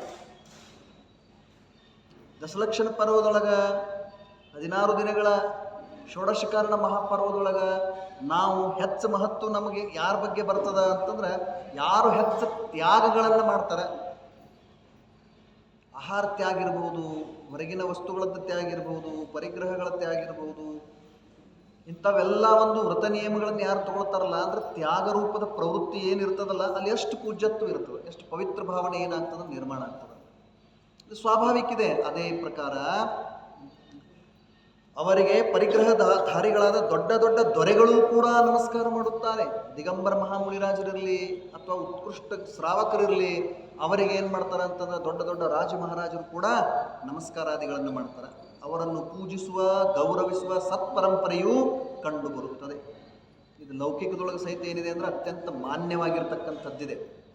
ಆದುದರಿಂದ ಪರಿಗ್ರಹ ಸಹಿತ ದೇವಗುರುಗಳು ಲೋಕದಲ್ಲಿಯೂ ನಿಷಿದ್ಧರಿದ್ದಾರೆ. ತಿಳಿತ್ರಿ? ಪರಿಗ್ರಹಧಾರಿ ಇರ್ತಕ್ಕಂಥ ದೇವಾಧಿಕರಿರಲಿ ಅಥವಾ ಗುರುಗಳಿರಲಿ, ಲೋಕದೊಳಗೆ ಅವರು ಕೂಡ ಏನಿದ್ದಾರೆ ಅಂದ್ರೆ ನಿಷಿದ್ಧ ಇದ್ದಾರೆ. ಅವರನ್ನು ನಿಷೇಧಿಸಲಾಗಿದೆ. ಕಾರಣ ಏನಂದ್ರೆ ಗೃಹಸ್ಥರಿಗಿಂತ ಹೆಚ್ಚು ಪರಿಗ್ರಹಿಗಳಿದ್ರಪ್ಪ ಅಂದ್ರೆ ಅವ್ರಿಗೆ ಹೆಂಗೆ ಅವ್ರು ನಮಸ್ಕಾರ ಮಾಡೋದು? ಯಾವ ಕಾರಣದಿಂದ ನಮಸ್ಕಾರ ಮಾಡೋದಿದೆ ರೀ? ಗುಣಗ್ರಾಹಿತ್ವಕದ ಕಾರಣದಿಂದ ಏನಿದೆ ಅಂದ್ರೆ ನಮಸ್ಕಾರವನ್ನು ಹೇಳಿದರು. ಮತ್ತು ಯಾವ ಗುಣಗಳನ್ನು ಅವರಿಂದ ಗ್ರಹಣ ಮಾಡೋದು ನಾವು? ಅವರು ನಮಗಿಂತನೂ ಗಯೆ ಭೀತೆ ಇದ್ರು ಅಂತಂದ್ರೆ ಅಲ್ಲಿ ನಮಗೆ ಏನು ಮಾಡಿಲ್ಲ ಅಂತಂದ್ರೆ ತ್ಯಾಗ ಭಾವ ಇರಲಿಲ್ಲ ಅಂದ್ರೆ ನಮಸ್ಕಾರವನ್ನು ಹೇಳಿಲ್ಲ. ಅದಕ್ಕೆ ರತ್ನಕಂಡ ಶ್ರಾವಕಾಚಾರ್ಯದೊಳಗೆ ಹೇಳಿದಾರಲ್ಲ, ಮೋಹಿ ಮುನಿಗಿಂತ ನಿರ್ಮೋಹಿ ಶ್ರಾವಕ ಏನಿದಾರ ಅಂದ್ರೆ ಶ್ರೇಷ್ಠ ಇದಾರ. ಅಂದ್ರೆ ಇದರ ಅರ್ಥ ಏನ್ರಿ? ತ್ಯಾಗಕ್ಕೆ ಏನಿದೆ ಅಂತಂದ್ರೆ ಮಹತ್ವವಿದೆ, ಆದ್ರೆ ಅದರೊಳಗೆ ಏನಿರಬೇಕು ಅಂದ್ರೆ ಕಂಟೆಂಟ್ ಇರಬೇಕಲ್ಲ. ಬಾಕ್ಸ್ ಚೆನ್ನಾಗಿದೆ, ಅದ್ರ ಒಳಗೆ ಮಟೀರಿಯಲ್ ಬೇಕಲ್ಲ. ಅದು ಖಾಲಿ ಇತ್ತು ಅಂದ್ರೆ ಅದಕ್ಕೇನಿಲ್ಲ, ಬೆಲೆ ಇಲ್ಲ. ಆ ಕಾರಣದಿಂದ ಬಾಹ್ಯ ವೇಷನು ಏನಿದೆ ಅಂತಂದ್ರೆ ಮಹತ್ವಪೂರ್ಣ ಇದೆ, ಇಲ್ಲ ಅಂತಲ್ಲ. ಆದ್ರೆ ಅದಕ್ಕೆ ಸಂಬಂಧಪಟ್ಟಂಥ ಪ್ರವೃತ್ತಿ, ಅದಕ್ಕೆ ಸಂಬಂಧಪಟ್ಟಂಥ ಗುಣಗಳು ಅಲ್ಲಿ ಇರಬೇಕಾಗ್ತದೆ. ಅದಕ್ಕಿಲ್ಲಿ ಏನು ಹೇಳಿದರು ಅಂತಂದ್ರೆ ದೊಡ್ಡ ದೊಡ್ಡ ದೊರೆಗಳು ಮಹಾರಾಜರು ಕೂಡ ಏನಿದಾರೆ ಅಂತಂದ್ರೆ ತ್ಯಾಗಕ್ಕೆ ತಲೆಬಾಗ್ತಾರೆ. ಇಂದಿಗೂ ಕೂಡ ಇದೆ ಲೋಕದೊಳಗೆ. ಗೌರವಿಸ್ತಕ್ಕಂಥ ಸತ್ ಪರಂಪರೆ ನಮ್ಮ ದೇಶದೊಳಗೆ ಏನಾಗಿದೆ ಅಂತಂದ್ರೆ ಕಂಡು ಬರ್ತಿದೆ. ಆದ್ದರಿಂದ ಪರಿಗ್ರಹ ಸಹಿತ ದೇವಗುರುಗಳು ಲೋಕದಲ್ಲಿಯೂ ನಿಷಿದ್ಧರಿದ್ದಾರೆ. ಇದೆಲ್ಲ ಯಾಕೆ ಹೇಳ್ತಾ ಇದ್ದಾರೆ ಅಂದ್ರೆ ಜೈನ ಧರ್ಮ ಯಾಕೆ ಶ್ರೇಷ್ಠ ಇದೆ, ಜೈನ ಧರ್ಮ ಸುಧರ್ಮ ಯಾಕಿದೆ, ನಿಜವಾದ ಧರ್ಮ ಯಾಕಿದೆ ಅನ್ನೋದನ್ನ ಲೌಕಿಕದ ದೃಷ್ಟಿಯಿಂದ ಮೊದಲು ಸಿದ್ಧ ಮಾಡೋರ್ರಿ. ಇವೆಲ್ಲ ಕಾರಣಗಳನ್ನು ನೋಡಿತು ಅಂತಂದ್ರೆ ಇವೆಲ್ಲ ಒಳ್ಳೆ ಗುಣಗಳೆಲ್ಲಿದಾವು ಅಂತಂದ್ರೆ ನಮ್ಮ ಜೈನ ಧರ್ಮದೊಳಗೆ, ಜೈನ ದರ್ಶನದೊಳಗೆ ನಾವು ಏನು ಮಾಡ್ತೀವಿ ಅಂದ್ರೆ ಇದನ್ನೆಲ್ಲ ನೋಡ್ತೇವೆ. ಅದಕ್ಕೆ ಇದೇನಿದೆ ಅಂತಂದ್ರೆ ನಮಗೆ ಅತ್ಯಂತ ಪೂಜ್ಯನೀಯ ಇದೆ. ಅದಕ್ಕೆ ಲೋಕದೊಳಗೆ ಏನು ಹೇಳಿದರು ಅಂದ್ರೆ ಪರಿಗ್ರಹ ಸಹಿತ ದೇವ ಗುರುಗಳು ಲೋಕದಲ್ಲಿಯೂ ನಿಷಿದ್ಧರಿದ್ದಾರೆ. ಯಾರ ದೇವಗುರುಗಳು ರಾಗದ್ವೇಷ ಮೊದಲಾಗಿ ಸರ್ವ ಆರಂಭ ಪರಿಗ್ರಹದಿಂದ ರಹಿತರಿದ್ದಾರೆ, ಅದೇ ಧರ್ಮವು ಸತ್ಯವಿದೆ. ಮತ್ತು ಯಾವ ಧರ್ಮದೊಳಗೆ ದೇವ ಮತ್ತು ಗುರುಗಳು ಹೆಂಗಿದಾರೆ ಅಂದ್ರೆ ಸಮಸ್ತ ಪರಿಗ್ರಹಗಳಿಂದ ರಹಿತಿದಾರಲ್ಲ, ಅವರೇ ಏನಿದಾರಪ್ಪ ಅಂತಂದ್ರೆ ನಿಜವಾದ ದೇವರು ಅವರೇ, ನಿಜವಾದ ಗುರುಗಳು ಅವರೇ, ಮತ್ತು ಆ ಧರ್ಮನ ಏನಿದೆ ಅಂತಂದ್ರೆ ನಿಜವಾಗಿ ಸತ್ಯ ಧರ್ಮಿದೆ ಅನ್ನುವಂಥ ಮಾತಿದೆ. ತಿಳಿತ್ರಿ? ಇವತ್ತು ನಾವು ಲೌಕಿಕದೊಳಗೂ ಕೂಡ ಅನೇಕ ರೀತಿಯ ಒಂದು ಬದಲಾವಣೆಗಳನ್ನು ನೋಡ್ತೀವಿ. ಈಗ ಜಲ್ದಿ ದರ್ಶನ ಬೇಕಾಯಿತು ಅಂತಂದ್ರೆ ಒಂದಿಷ್ಟು ಹೆಚ್ಚು ಕ್ಯಾಶ್ ಕೊಡೋದು, ಇರ್ದಿದ್ರೆ 2 ದಿವಸ 3 ದಿವಸ ನಂಬರ್ ಬರೋದಿಲ್ರಿ. ಲೋಕದೊಳಗೆ ಕೆಲವೊಂದು ಜನ ಹೇಳ್ತಕ್ಕಂಥ ಮಾತುಗಳನ್ನು ನಾವು ಕೇಳ್ತೀವಿ. ಅಂದ್ರೆ ಅದು ದೇವ ಮತ್ತು ದೇವಾಲಯಗಳೆಲ್ಲ ಇವತ್ತೇನಾಗಿದಾವಪ್ಪ ಅಂತಂದ್ರೆ ಒಂದು ರೀತಿಯ ವಾಣಿಜ್ಯ ಮಳಿಗೆಗಳು ಅಂತಂದ್ರೆ ಏನು ತಪ್ಪಾಗ್ಲಿಕ್ಕಿಲ್ಲ. ಇನ್ವೆಸ್ಟ್ ಮಾಡೋದ ಮತ್ತು ಆಮೇಲೆ ಅದನ್ನು ಏನು ಮಾಡ್ಕೊಳ್ಳೋದು ಅಂತಂದ್ರೆ ತಕ್ಕೊಳ್ಳೋದು. ಟೆಂಡರೇ ಇದಾರೆ ಅದಕ್ಕೆ ಈತೇನ್ರಿ. ಅಂದ್ರೆ ಈ ಪ್ರಕಾರದೆಲ್ಲ ದೇವಾಧಿಕರ ಸಲುವಾಗಿ ಒಂದು ವೇಳೆ ಇಂಥ ವಾತಾವರಣ ನಿರ್ಮಾಣ ಆಗಿತ್ತು ಅಂತಂದ್ರೆ ಲೋಕೆಲ್ಲ ಏನದಪ್ಪ ಅಂತಂದ್ರೆ ಇದು ನಿಜವಾದ ದೇವತ್ವದ ಸ್ಥಾನ ಅಲ್ಲ ಅನ್ನುವಂಥದ್ದನ್ನು ನಂಬ್ತಾರೆ, ಹೇಳ್ತಾರೆ ಎಲ್ಲರೂ. ಆದರೆ ಹೇಳುವಂಥದ್ರಿಂದ ಏನೂ ಆಗೋದಿಲ್ಲ. ಮತ್ತು ಮರುದಿವಸಲ್ಲಿ ನಂಬರ್ದೊಳಗೆ ಇರ್ತಾರೆ. ತಿಳಿದ್ರಿ? ಆ ಕಾರಣದಿಂದ ಏನಿದೆ ಅಂತಂದ್ರೆ ಇವೇನು ಸಂಗತಿಗಳನ್ನು ಇಲ್ಲಿ ಹೇಳ್ತಾ ಇದ್ದಾರಲ್ಲ, ಇವೆಲ್ಲದರ ಕುರಿತಾಗಿ ನಾವೇನಿರಬೇಕು ಅಂದ್ರೆ ಒಂದಿಷ್ಟು ಎಚ್ಚರಿಕೆಯಿಂದ ಇರಬೇಕು. ಆ ಕಾರಣದಿಂದ ನಿಜವಾದ ದೇವ ಮತ್ತು ಗುರು ಅವ್ರ ಸ್ವರೂಪ ಹೇಗಿರಬೇಕು ಅಂತಂದ್ರೆ ತ್ಯಾಗ ರೂಪದಿಂದ ಸಹಿತ ಇರಬೇಕು, ತ್ಯಾಗ ಧರ್ಮದಿಂದ ಸಹಿತ ಇರಬೇಕು, ಪರಿಗ್ರಹದಿಂದ ರಹಿತ ಇರಬೇಕು. ಅದು ಮಾತ್ರ ಏನಿದೆ ಅಂದರೆ ನಿಜವಾದ ಧರ್ಮ ಇದೆ. ಮುಂದೆ ಯಾವ ಧರ್ಮವು ಲೌಕಿಕ ಪ್ರಮಾಣದಿಂದಲೂ ಖಂಡಿತವಾಗುತ್ತದೆ, ಅದು ಅನ್ಯ ಪ್ರಮಾಣಗಳಿಂದಂತೂ ಖಂಡಿತವೇ ಇದೆ. ಇದು ಬಹಳ ಮುಖ್ಯ ಇದೆ ರೀ. ಲೋಕ ಯಾವುದನ್ನು ತಿರಸ್ಕಾರ ಮಾಡ್ತೈತಲ್ಲ ಅದು ಇನ್ನುಳಿದಂಥ ಪ್ರಮಾಣಗಳಿಂದ ಕೂಡ ಪ್ರಮಾಣಭೂತ ಆಗೋದನೇ ಇಲ್ಲ. ಫಸ್ಟ್ ಫಸ್ಟ್ ಫಿಲ್ಟರ್ ಐತ್ರಿ ಇದು. ಫಸ್ಟ್ ಫಿಲ್ಟರ್ದಾಗ ಯಾರು ಉಳಿತಾರಲ್ಲ ಅವ್ರು ಸೆಕೆಂಡ್ ಫಿಲ್ಟರ್ ಕೇಳಿ ಬರೋವ್ರ ಬರುವುದನೇ ಇಲ್ಲ. ಈಗ ಮಿಲ್ಟ್ರಿ ಸೆಲೆಕ್ಷನ್ ಮಾಡ್ತಾರಲ್ಲ, ಮಿಲ್ಟ್ರಿ ಸೆಲೆಕ್ಷನ್ ಮಾಡ್ಬೇಕಾದ್ರೆ ಒಂದು 5 ಫೂಟ್ 5 ಇಂಚದ್ದು ಒಂದು ಏನು ಮಾಡಿರ್ತಾರೆ ಅವ್ರ ಕಟ್ಟಿಗೆ ಹಾಕಿರ್ತಾರೆ ಎತ್ತರ. ಅದು ಯಾರಿಗೆ ತಟ್ಟತಿತ್ರಲ್ಲ ಅವ್ರನ್ನ ಒಂದು ಕಡೆ ಸರಿಸ್ತಾರೆ. ಮತ್ತು ಅದ್ರೊಳಗಿಂದ ಯಾರು ಪಾಸ್ ಆಗ್ತಾರಲ್ಲ ಅವ್ರನ್ನ ಹೊರಗೆ ಹಾಕಿ ಬಿಡೋದು. ಅವ್ರು ಅದ್ರಾಗ ಕುಂಡ್ರಂಗ ಇಲ್ಲ. ಫಸ್ಟ್ ಫಿಲ್ಟರ್ ಹೈಟ್ ಇರಲಿಲ್ಲ ಅಂದ್ರೆ ಉಳಿದ್ರಾಗ ಅದ್ರಾಗ ಯಾನಿದ್ರೂ ಕುಂಡಂಗನೇ ಇಲ್ಲ. ಹಂಗೈತದ ಲೌಕಿಕ ಪ್ರಮಾಣ ಅಂದ್ರೆ ಹೈಟದ್ದು ಏನಿದೆ ಅಂತಂದ್ರೆ ಒಂದು ಮೆಜರ್ಮೆಂಟ್ ಇದೆ. ಇದ್ರಾಗ ಯಾವುದು ಕುಂಡಿರ್ತದಲ್ಲ ಅದ ಮುಂದೆ ಹೋಗ್ಲಿಕ್ಕೆ ಸಾಧ್ಯ ಇದೆ. ಹೀಗಾಗಿ ಇವೆಲ್ಲ ಲೌಕಿಕದೊಳಗಿರ್ತಕ್ಕಂಥ ಈ ಕುರೀತಿಗಳನ್ನು ನಾವು ನೋಡಿದ್ವಿ ಅಂದ್ರೆ ಇವೆಲ್ಲ ಫಸ್ಟಕ್ಕೆ ಏನಾಗ್ತಾವಂದ್ರೆ ನಿಂತು ಹೋಗಿಬಿಡ್ತವೆ. ಮತ್ತು ಯಾವುದು ಲೌಕಿಕ ಪ್ರಮಾಣದಿಂದನೇ ಖಂಡಿತ ಆಗ್ತಿದೆಯಲ್ಲ ಅದು ಮುಂದಿನ ಪ್ರಮಾಣಗಳಲ್ಲಿ ಏನಾಗೋದಿಲ್ಲ ಅಂದ್ರೆ ಬರೋದನ್ನ ಇಲ್ಲ. ತಿಳಿತ್ರಿ, ಅದಕ್ಕಿದೇನಿದೆ ಅಂದ್ರೆ ಅಷ್ಟು ಮಹತ್ವಪೂರ್ಣ ಇದೆ. ಆದುದರಿಂದ ಯಾವ ದೋಷಗಳು ಲೋಕದಲ್ಲಿ ನಿಂದೆ ಇವೆ ಅವುಗಳ ಪೋಷಕವಾದ ಯಾವುದೇ ಧರ್ಮವು ಸತ್ಯವಿಲ್ಲ. ಇದನ್ನು ಲೋಕ ಹೇಳ್ತೈತ್ರಿ, ನಮ್ಮ ಆಚಾರ ಹೇಳೋ ಅವಶ್ಯಕತೆ ಇಲ್ಲ. ಇದು ಸ್ವಾಭಾವಿಕ ಜಗತ್ತ ಏನು ಮಾಡ್ತಾ ಇದೆ ಅಂತಂದ್ರೆ ಇದನ್ನು ಪ್ರತಿಪಾದನೆ ಮಾಡ್ತಾ ಇದೆ. ಮತ್ತು ಯಾರನ್ನು ಕೇಳ್ರಿ, ನಿಮ್ಮ ಜೈನ ಧರ್ಮ ಬಹಳ ಶ್ರೇಷ್ಠ, ಅವ್ರು ಯಾವ ದೃಷ್ಟಿದಿಂದ ತಿಳ್ಕೋವಾರ. ಆದ್ರೆ ಒಂದು ಸಾಮಾನ್ಯ ಅಭಿಪ್ರಾಯ ಏನಿದೆ ಅಂತಂದ್ರೆ ಜೈನತ್ವ ಇದೇನಿದೆ ಅಂತಂದ್ರೆ ಎಲ್ಲಕ್ಕಿಂತ ಶ್ರೇಷ್ಠ ಇದೆ ಅನ್ನುವ ಮಾತು ಇಡೀ ಜಗತ್ತಿಗೂ ಗೊತ್ತಿದೆ. ಅವ್ರು ಯಾವುದೇ ದೃಷ್ಟಿಯಿಂದ ಹೇಳಿ, ನೀವು ಭಾಳ ದೊಡ್ಡ ಏನಿದಿರಪ್ಪ ಅಂತಂದ್ರೆ ಶ್ರೀಮಂತರಿದ್ರಿ, ಆದರೆ ಎಲ್ಲ ತ್ಯಾಗ ಮಾಡಿ ಹೋಗ್ತಿರಲ್ಲ, ಇದು ಭಾಳ ದೊಡ್ಡ ಗುಣ ನಿಮಗೆ, ಅದಕ್ಕೆ ಜಗತ್ತಿನೊಳಗೆ ನಿಮ್ಮಂಥ ಧರ್ಮ ಇಲ್ಲ ಅನ್ನುವಂಥ ಮಾತನ್ನು ಹೇಳ್ತಾರೆ. ಕೆಲವೊಬ್ಬರ ನಿಮ್ಮ ಆಚರಣೆ ಭಾಳ ಕಷ್ಟಪ್ಪ, ರಾತ್ರಿ ಏನು ತಿನ್ನೋದಿಲ್ಲ, ಹೆಂಗೇನಿರ್ತಿರಪ್ಪ ನೀವು ಅನ್ನುವಂಥ ಲೆಕ್ಕದೊಳಗೆ ಇಟ್ಕೊಂಡ ನೀವು ಭಾಳ ಶ್ರೇಷ್ಠ ಅಂತ ತಿಳ್ಕೊಂಡು ಹೇಳುವಂಥ ಜನ ಇದ್ದಾರೆ. ಮಾರಯ್ಯ, ನಮ್ಮ ದೇವಿ ದೇವತಾಗಳು ನೋಡಿ ನಮಗೆ ಅಂಜಿಕೆ ಬರ್ತೈತಿ. ಏನು ನಿಮ್ಮ ಮೂರ್ತಿಗಳ ಎಷ್ಟು ಪವಿತ್ರ, ರಾಗಿಲ್ಲ, ದ್ವೇಷ ಇಲ್ಲ, ಎಷ್ಟು ಚಂದ ಎಷ್ಟು ಶಾಂತ ಐತಿ ನಿಮ್ಮದ, ಅದಕ್ಕೆ ಜಗತ್ತಿನ ನೀವ ಶ್ರೇಷ್ಠ ನೋಡಂತ ಹೇಳುವಂಥವ್ರು ಕೂಡ ಇದ್ದಾರೆ. ಅಂದರೆ ಎಷ್ಟು ಅಭಿಪ್ರಾಯಗಳಿದಾವಲ್ಲ ಅಷ್ಟು ಎಲ್ಲ ಅಭಿಪ್ರಾಯಗಳಿಂದಲೂ ಕೂಡ ತೂಗಿ ನೋಡಿದಾಗ ಮ್ಯಾಲ ಬರೋದು ಯಾವುದ್ರಿ? ಜೈನ ಧರ್ಮನ ಮ್ಯಾಲ ಬರ್ತಿದೆ. ಯಾಕಂದ್ರೆ ಭಾಳ ಹಗರೈತ್ರಿ ಇದ, ಹಗರಿದ್ದನ್ನ ಮ್ಯಾಲ ಬರ್ತಾವ್ರು, ವಜ್ಜೆ ಇದ್ದುದಿಲ್ಲ ಕೆಳಗೆ ಹೋಗ. ಮತ್ತು ಕೆನಿ ಯಾವಾಗಲೂ ಎಲ್ಲಿರೋದು? ಮ್ಯಾಲೆ ಇರೋದಿಲ್ಲ ಕೆನಿ. ಅದಕ್ಕೇನಂತಾರೆ ಇಂಗ್ಲೀಷ್ದೊಳಗೆ? ಕ್ರೀಮ್. ಕೆನೆ ಯಾವಾಗ ಮ್ಯಾಲ ಇರೋದ, ಯಾಕಂದ್ರೆ ಶ್ರೇಷ್ಠ ಇರ್ತಿದೆ, ಹಗರ್ ಇರ್ತಿದೆ ಮತ್ತು ಶ್ರೇಷ್ಠ ಇರ್ತಿದೆ. ಆ ಕಾರಣದಿಂದ ಜಗತ್ತಿನೊಳಗೆ ಲೌಕಿಕ ದೃಷ್ಟಿಯಿಂದ ನೋಡಿದಾಗ ಜೈನ್ ದರ್ಶನ್ ಏನಿದೆ ಅಂತಂದ್ರೆ, ಜೈನ್ ಧರ್ಮದ ಪ್ರವೃತ್ತಿ ಏನಿದೆ ಅಂದ್ರೆ ಸರ್ವಶ್ರೇಷ್ಠ ಇದೆ ಅನ್ನುವಂಥದ್ದನ್ನು ವರ್ಲ್ಡ್ ಹೆಲ್ತ್ ಆರ್ಗನೈಜೇಷನ್ದವರು ಕೂಡ ಹೇಳಿದ್ದಾರೆ. Follow the Jainism. ಕೊರೋನಾದಿಂದ ಉಳ್ಯಾರಿದ್ರೆ ಅಂದ್ರೆ ಜೈನ್ ಧರ್ಮ ಪರಿಪಾಲನೆ ಮಾಡಿರಿ, ವಿಷಯದ ತಿನ್ನಿರಿ, ಎಲ್ಲಿ ಸಿಕ್ಕಲ್ಲಿ ಹೋಗಬೇಡ್ರಿ, ಕೈ ತೊಳ್ಕೊಂಡು ಸ್ವಚ್ಛ ಮಾಡ್ಕೊಂಡು ತಿನ್ನಿರಿ, ಯೋಗ್ಯದ್ದು ತಿನ್ನಿರಿ. ಇದು ವರ್ಲ್ಡ್ ಹೆಲ್ತ್ ಆರ್ಗನೈಜೇಷನ್ದವ್ರು ಏನು ಮಾಡಿದ್ರು, WHO ಏನು ಮಾಡಿದಾರೆ ಅಂತ ಹೇಳಿದ್ದಾರೆ.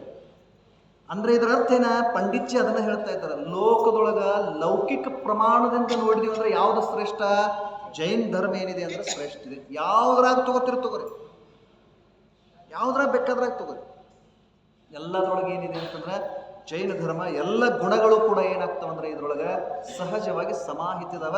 ಇದು ವಸ್ತು ಧರ್ಮ ಇದೆ, ಇದು ಸ್ವಾಭಾವಿಕ ಧರ್ಮ ಇದೆ.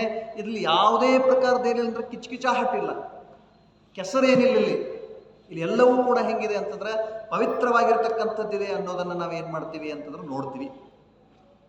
ಆ ಕಾರಣದಿಂದ ಲೋಕದೊಳಗೆ ಎಲ್ಲ ಕಡೆಗೆ ಏನಿದೆ ಅಂತಂದ್ರೆ ಲೌಕಿಕ ಪ್ರಮಾಣದಿಂದ ಸಿದ್ಧ ಆಗೋದೇನು ಅಂತಂದ್ರೆ ಜೈನ ಧರ್ಮ ಏನಿದೆ ಅಂತಂದ್ರೆ ಸತ್ಯ ಧರ್ಮ ಇದೆ, ಇದೇ ಧರ್ಮ ಸತ್ತಿದೆ.